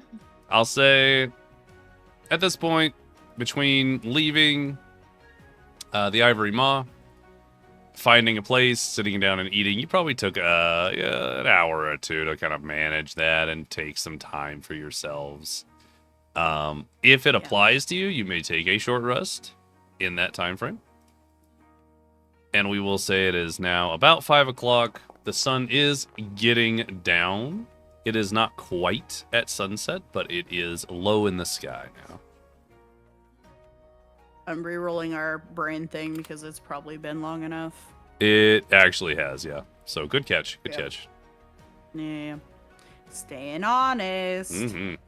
After dinner, 7 hours. Marked 5 o'clock as well, if you would. So, what's the plan here, guys? We gotta go stalk the slums because I don't think we were told where the illegal gambling ring was. Probably because they might not know where it is. So we have to go find it. High Table, you were informed they move every night. Right. So yeah, we gotta go find it. Or find someone who knows the schedule. Or something. We gotta find we gotta start looking. And because now's probably the time to look anyway, considering it's 5 p.m. and it's only going to get like discoverable at night. In my brain, it's like this. Yeah, like.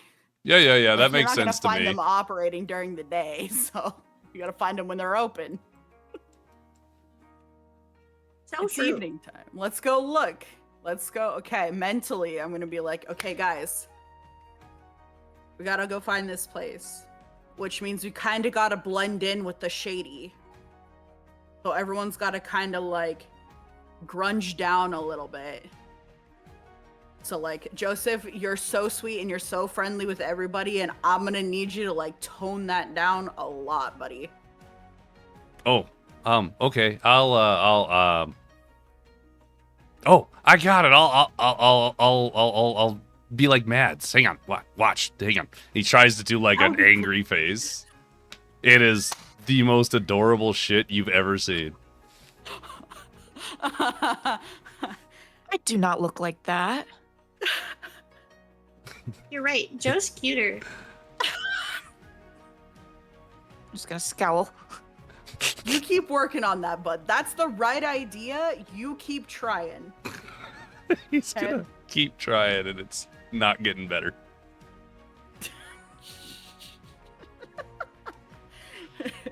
It's fine. He's doing his best. We'll make it make sense later. We'll bullshit the reason for that later. He's our emotional support being while we go gamble. Let's go gambling. Let's go gambling. Ah, dang. Mads, I get the feeling you know what to do.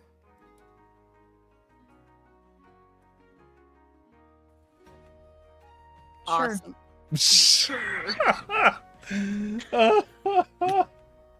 Silence. Sure. I get it. Pyrie, you know what to do. Show me what's up. Show me what you got. How are you gonna bring down the energy levels?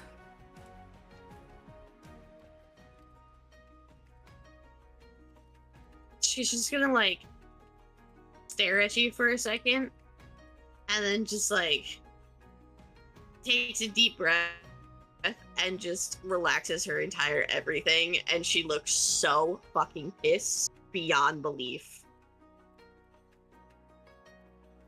Whoa. Yeah, that works. That works for what we're trying to do here. Nice. That looks good. Stuff. Yeah. Mentally notes, don't make Pyrie mad. I already had that note. And I have started it several times, and I'm just going to keep underlining that. That's valid, yeah. Funny. So, like I said, we got to go and we got to kind of stake out and try and find a location. So we got to look for people or places that might know what's going on and get some tips by way of where we got to go. Illegal gambling ring. Here we come. Let's go gambling. I think you should let me have the lead on this. All you. Okay, got let's it. go. All right. Let's go. Matt's taking point. Where are you guys going to get that information? I'd like to scope out wherever we are.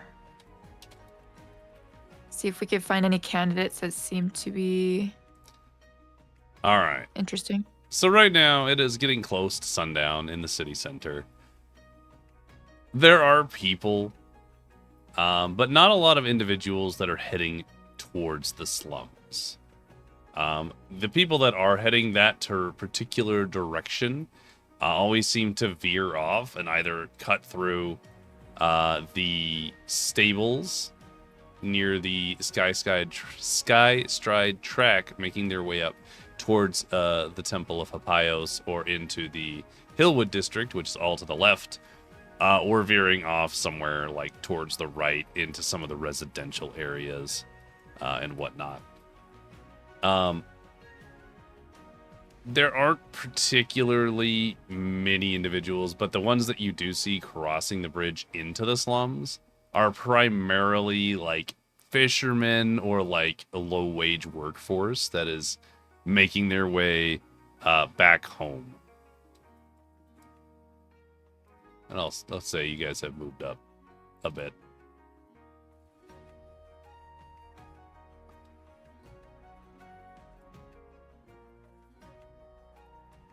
Yeehaw. So, Mads, if you'd like to, because I would say that you specifically have some experience finding or knowing about, we'll say clandestine locations, Cool. I will say roll me an investigation roll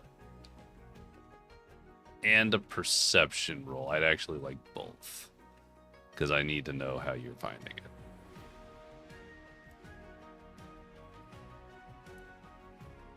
Sorry, there's a bug. 1 second.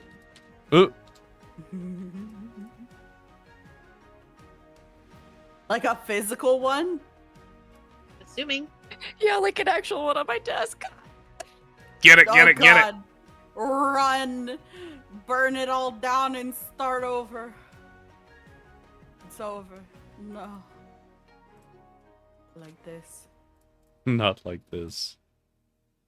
Have any of you played that game? It's called like Burn It with Fire, and it's literally about like killing spiders. In I've various seen it, ways. yeah. In ridiculous ways. Is it any good? It's a solid Because I've kill. definitely seen it. I like it.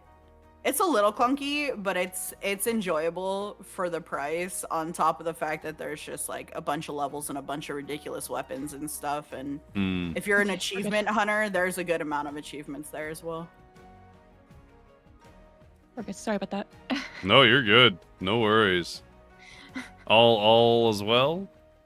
All as well, it was like a stink bug or something. It like flew at my monitor Oh, and plunked, and I was like, Not the plug. it like plunked onto my desk. plunk. I had to find a shoe. Anyway, we're good. I'm so proud of you. Rip monitor. Monitor's good. What did I need to do? I'm sorry. Perception Investigation. and Yeah. investigation, please. Okay. Perception. Investigation. I have a -1 in investigation. Beautiful. Also, you're gonna love that I've already put together another meme. Amazing. Does it have anything to do with the bug? It absolutely does, yeah. Oh god. We're pumping them out. We missed 2 weeks, so now we gotta get a It- bunch. I immediately started on it, like, didn't even take long. Done. That's up.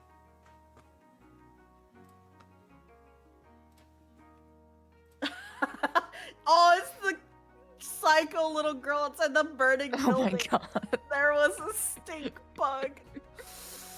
Gotta burn it down. Valid. So Justified. anyway, yes, investigation and perception. With your perception, there's a whole bunch of people, but no particular one necessarily stands out. But you do kind of follow the crowd, and you make your way up to the bridge and across. The guards do take note that you do not inherently look like people who would live in the slums. They don't say anything to you, but they just note your passing as you make your way across the bridge.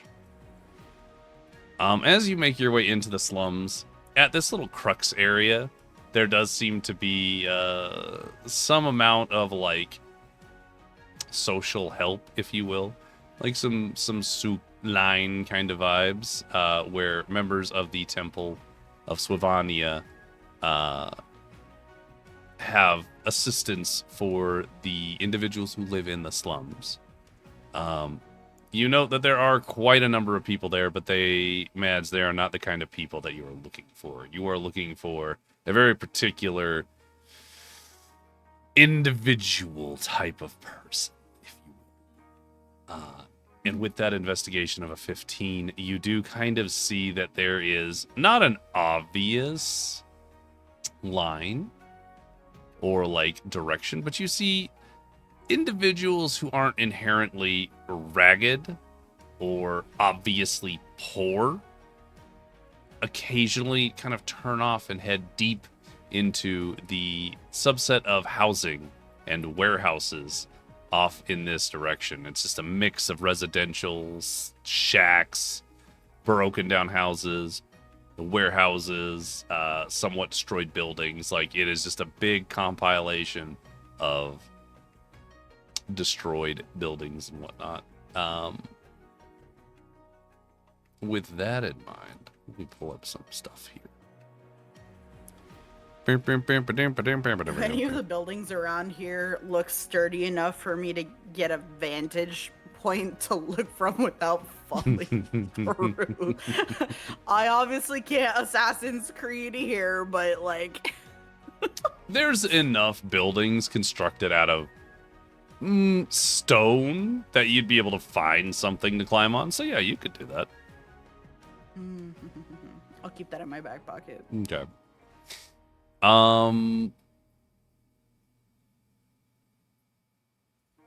Yeah. So let's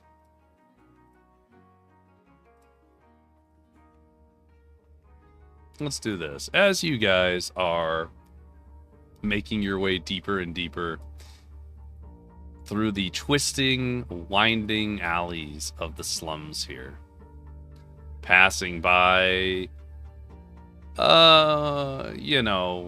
buildings filled with, or, like, y'all are walking through the ghetto and you do not belong. Especially Joe. With all of your working on that face, with all your passive perceptions, between Joe trying to, like, look fairly inconspicuous and practicing his face, you guys are walking by a lot of individuals, and there's a pretty significant shift from the poor beggars that you saw on the main road to this sort of space is filled with hardened people. Individuals that have struggled and fought and bit and clawed to survive. whatever it is that they go through on the daily, and they eye you as you make your way through these twisting, turning back areas, around warehouses, through destroyed buildings, kind of making your way and following a handful of individuals making their way through here. No one engages with you, which you find fascinating to some extent. Mads, with your Fascinating background, house in what way? Oh, sorry. Go ahead. I would say fascinating for you, Liari, is that they're not engaging with you. Maybe it's because you actually look capable, but like, this isn't a nice place. You'd probably expect many people that live here and live in this sort of situation to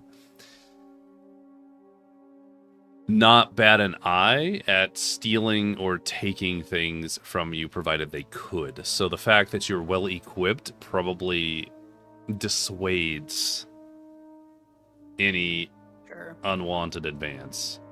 Any black chain syndicate that I can see? Perception. Because I would be looking for that basically from the moment we entered. No outstanding members of the Black Chain Syndicate, though it is become a little shadowy. These buildings are fairly tall, broken. Warehouses are quite big in some places, and it's not well lit anymore. So you're having a more difficult time seeing. Well, I'm not. Well, you're not. You have dark vision, but like, you get it. They're not obvious, I shall say. You have not noticed any obvious indications of the Black Chain Syndicate yet. I will say, Mads, because you kind of have a background in shady dealings, situations, hidden locations, and caches, you kind of peg some of the individuals that you're following as gamblers, because they seem to have, like, not a suit, so to speak, but like, they look like they don't belong as well, but they're a little bit more used to being here. And as you walk by, you occasionally see people who are just noting individuals entering into the slums that aren't normally here. You wouldn't inherently know who's looking at you, although you could garner a guess. But there are individuals that kind of like note you as you make your way through. Eventually, you make your way deep into the slums and find a number of smaller buildings all around a hulking warehouse. Inside this warehouse, well, the warehouse itself seems entirely unremarkable. There is a sign above a large sliding door leading inside that is rusted away and unreadable. And a thick coating of dust is visible from even your location now, coating the small and high-set windows at the top of the warehouse. You see stacks of old crates placed precariously atop each other, and barrels broken, lining the somewhat broken and cracked walls of the warehouse, though it is still intact and sealed. The quiet sounds of the slums around you is broken only by a couple of surly figures chatting in low tones, standing near a very small single file side door into the warehouse. Will everyone please roll a perception check?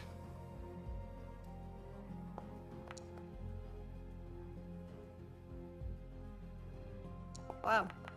Wow. Ran it back. My rolls have not been great today. So mid. So mid. Mads and Pyrie, you can't really tell if anything's different. It just looks like more of the slums. However, Liari, your keen eye does happen to see or hear, really, an odd rhythm, maybe a muffled chatter coming from a distance. And every so often, you see a flicker of colored light that seems to shine out from between a very thin crack in between some boarded planks high up at one of the windows. And with that, you can kind of see that there's probably more to this location than is obvious. And pausing a little ways away under the dim lighting, Liara, you see two individuals. They are a well-dressed couple. Well-dressed for here, I should say. And they seem to be in some kind of, like, fairly sharp evening attire. So think like a nice suit and dress, except maybe a little less fancy. They stride confidently up to those two very thick-armed men that stand next to the door. There is a single word exchange. The guard nods and allows them to step inside. Liari, because you are noting this, please roll me another perception roll.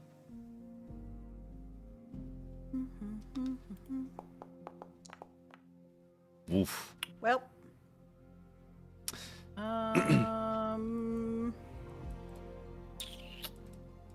use my inspiration on that. Whoa. Yeah, surely Inspiration. We can't do it. Well, it's not a 1. Well, if it makes you feel better, I rolled 5 inspirations in a row in my local game, and I got like under an 8 each time. Wow. It was rough. It was real rough. You don't hear the word that's whispered, but the couple is let into the warehouse, and as the door opens and closes quickly, you see a very bright light. You see what looks to be some level of extravagance within the warehouse before the doors quickly shut and the light is snuffed out.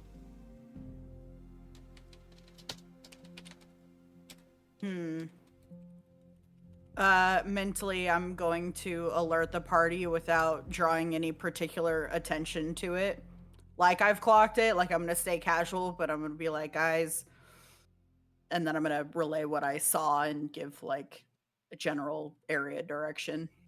And then be like, Mads, do you think this is the place? I think this is the place. This seems very likely to be the place. The only problem now is, what do we do? Because it appears as though they already believe we are unwelcome. So how would we go about this? We need to find a way to blend in. Or know that we're trustworthy.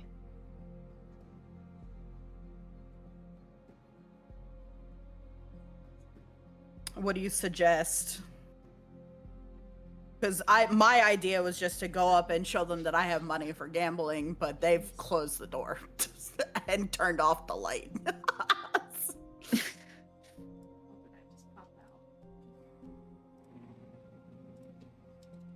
Should we watch and see maybe if another person tries to go in? Sure. Yep. And then we can just do what they do. And maybe listen to see if it's like a code word or something. Yeah, we can try that. Then I will slip off into the darkness lightweight. Find a nice safe space for us to go. That, is in view of the, like, we can watch and see. I would say you guys can find some level of maybe not hidden so much. I mean, hidden enough, but you'll find a safe-ish location, like a partially burnt down or destroyed house, where you can view the warehouse. What exactly are you waiting for? to happen. Another party to enter? Yeah, that's what Matt Yeah. said. Okay.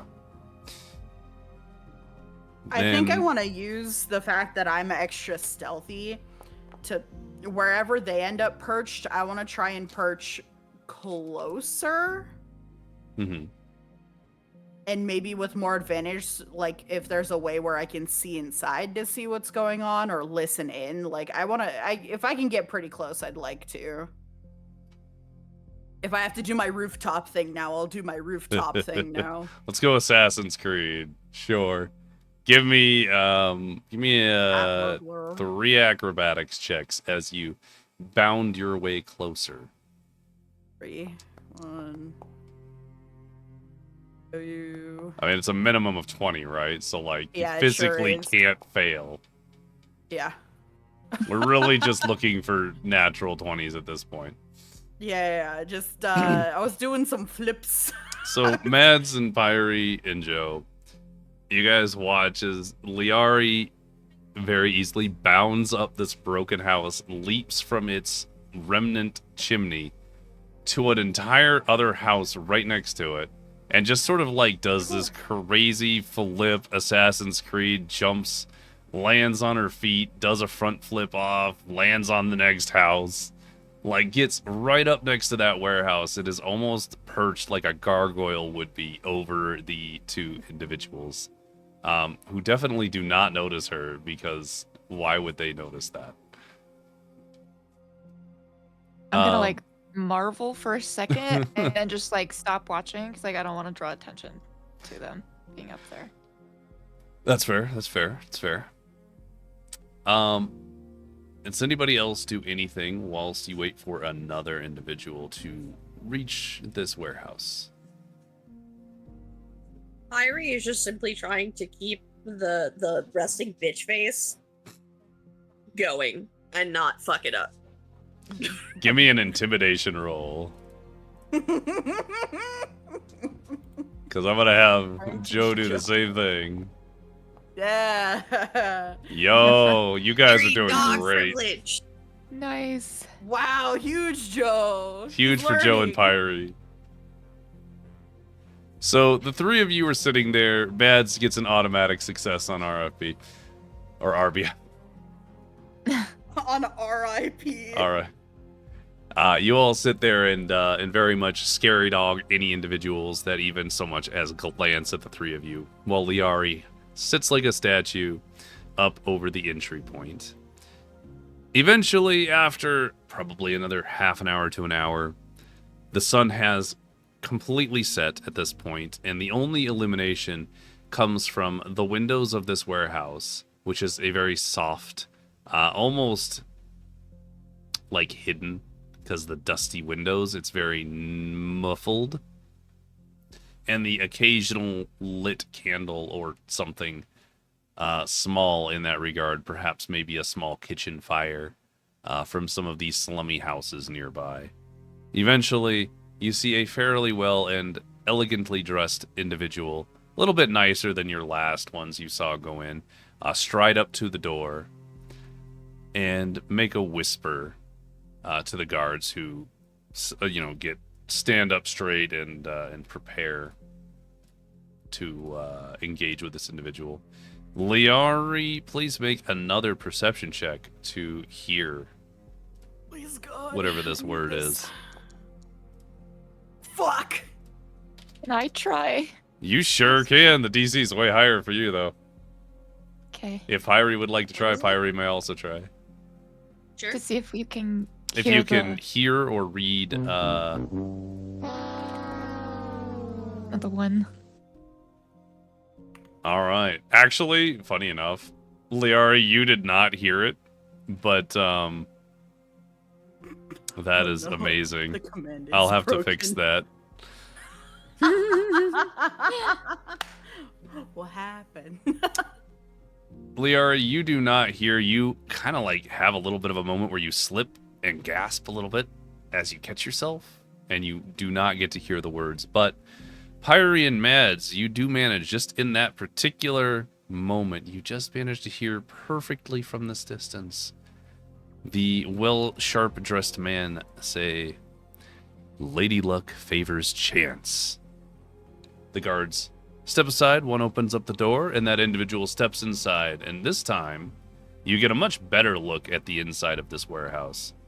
As the floor seems to be a very cushioned carpet, it looks absolutely gorgeous even before the door is quickly shut.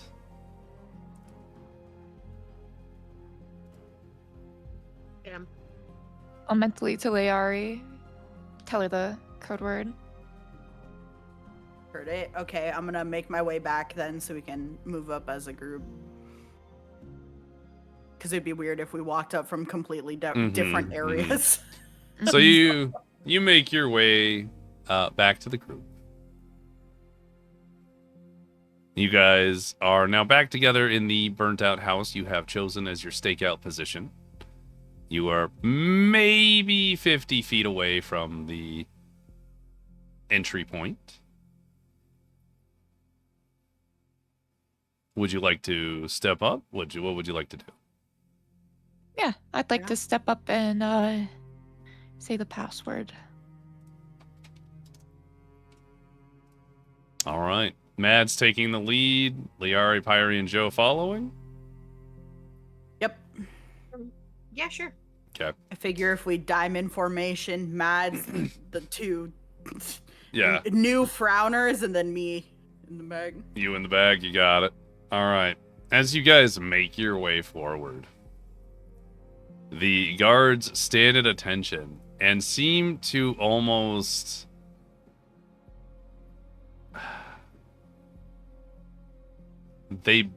blusters on them. They get a little bit more stiff than they have at any other individual walking towards the door as you approach. The eyes flick over you, your entire group, with a very practiced caution.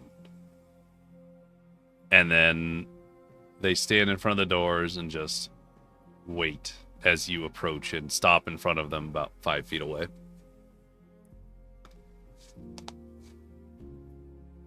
Was it again? Lady Luck favors all. Like favors chance, chance. something like that. Yes. So, Mads, you say the password. Uh, The guards look at each other and kind of look back at your group and kind of give the group like an up-down.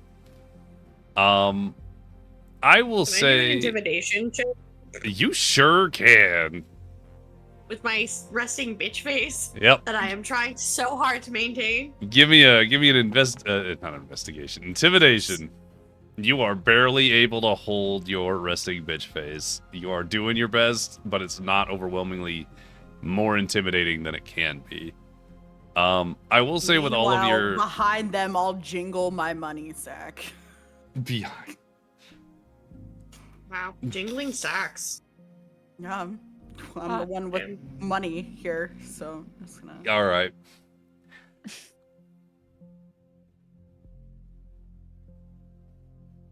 Okay, let me see. Hang on. All right. The guards share another glance between the two of them. One of them is a little bit bigger, like Popeye level arms, if you will. Kind of like steps forward.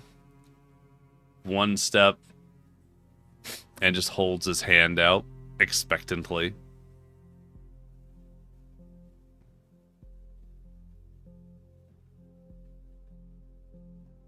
Mads is at the front, so. Secondly. Oh, his eyes are on Liari specifically because Liari jingled okay. the coin purse. Alright, fine. I'll throw him 5. Roll me persuasion.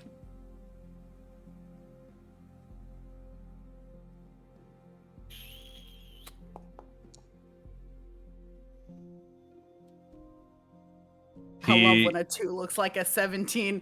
He Oh! has the 5 in his hand. And kind of just tilts his head goes and snorts, kind of opens his hand back up as if that was kind of not enough.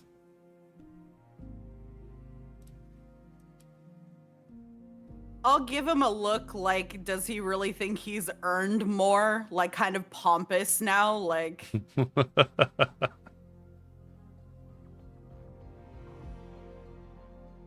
Roll. If you'd like to roll intimidation or persuasion, you may make your selection. oh, good. Can I try as One of well? those is more betterer. Yeah, you could definitely do whatever you'd like. You want to intimidate? Yeah. Yeah, do it. Oh man.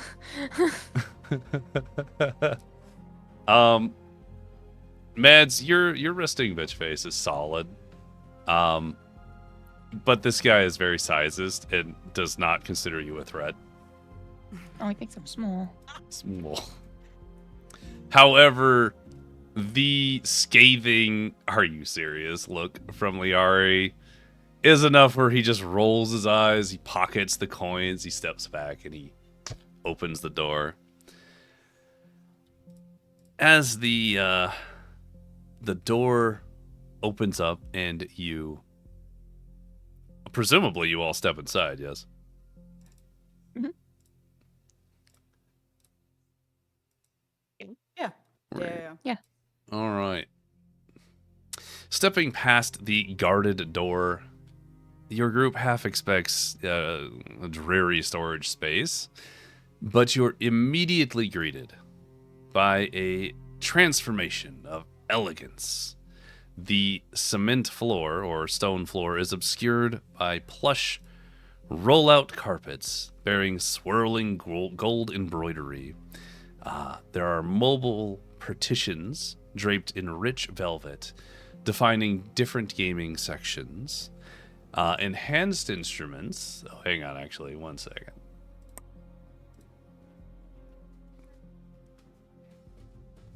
There we are.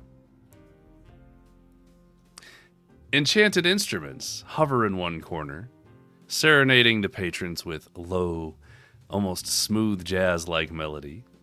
Soft golden lights emanate from floating orbs near the ceiling, bathing everything in a gentle golden glow.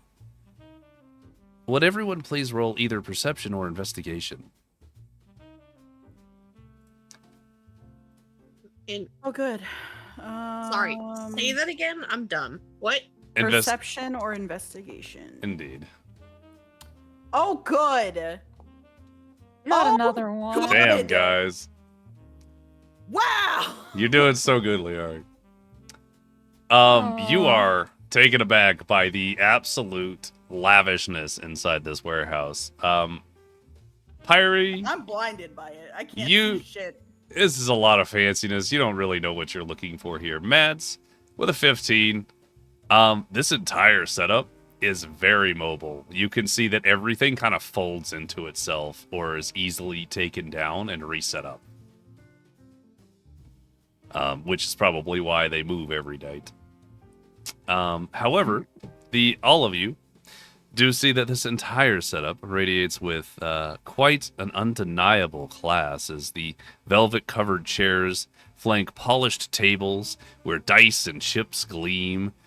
There are a number of guests dressed in an array of fine attire, from kind of like casual nice to absolutely outstanding like tailcoat kind of vibes.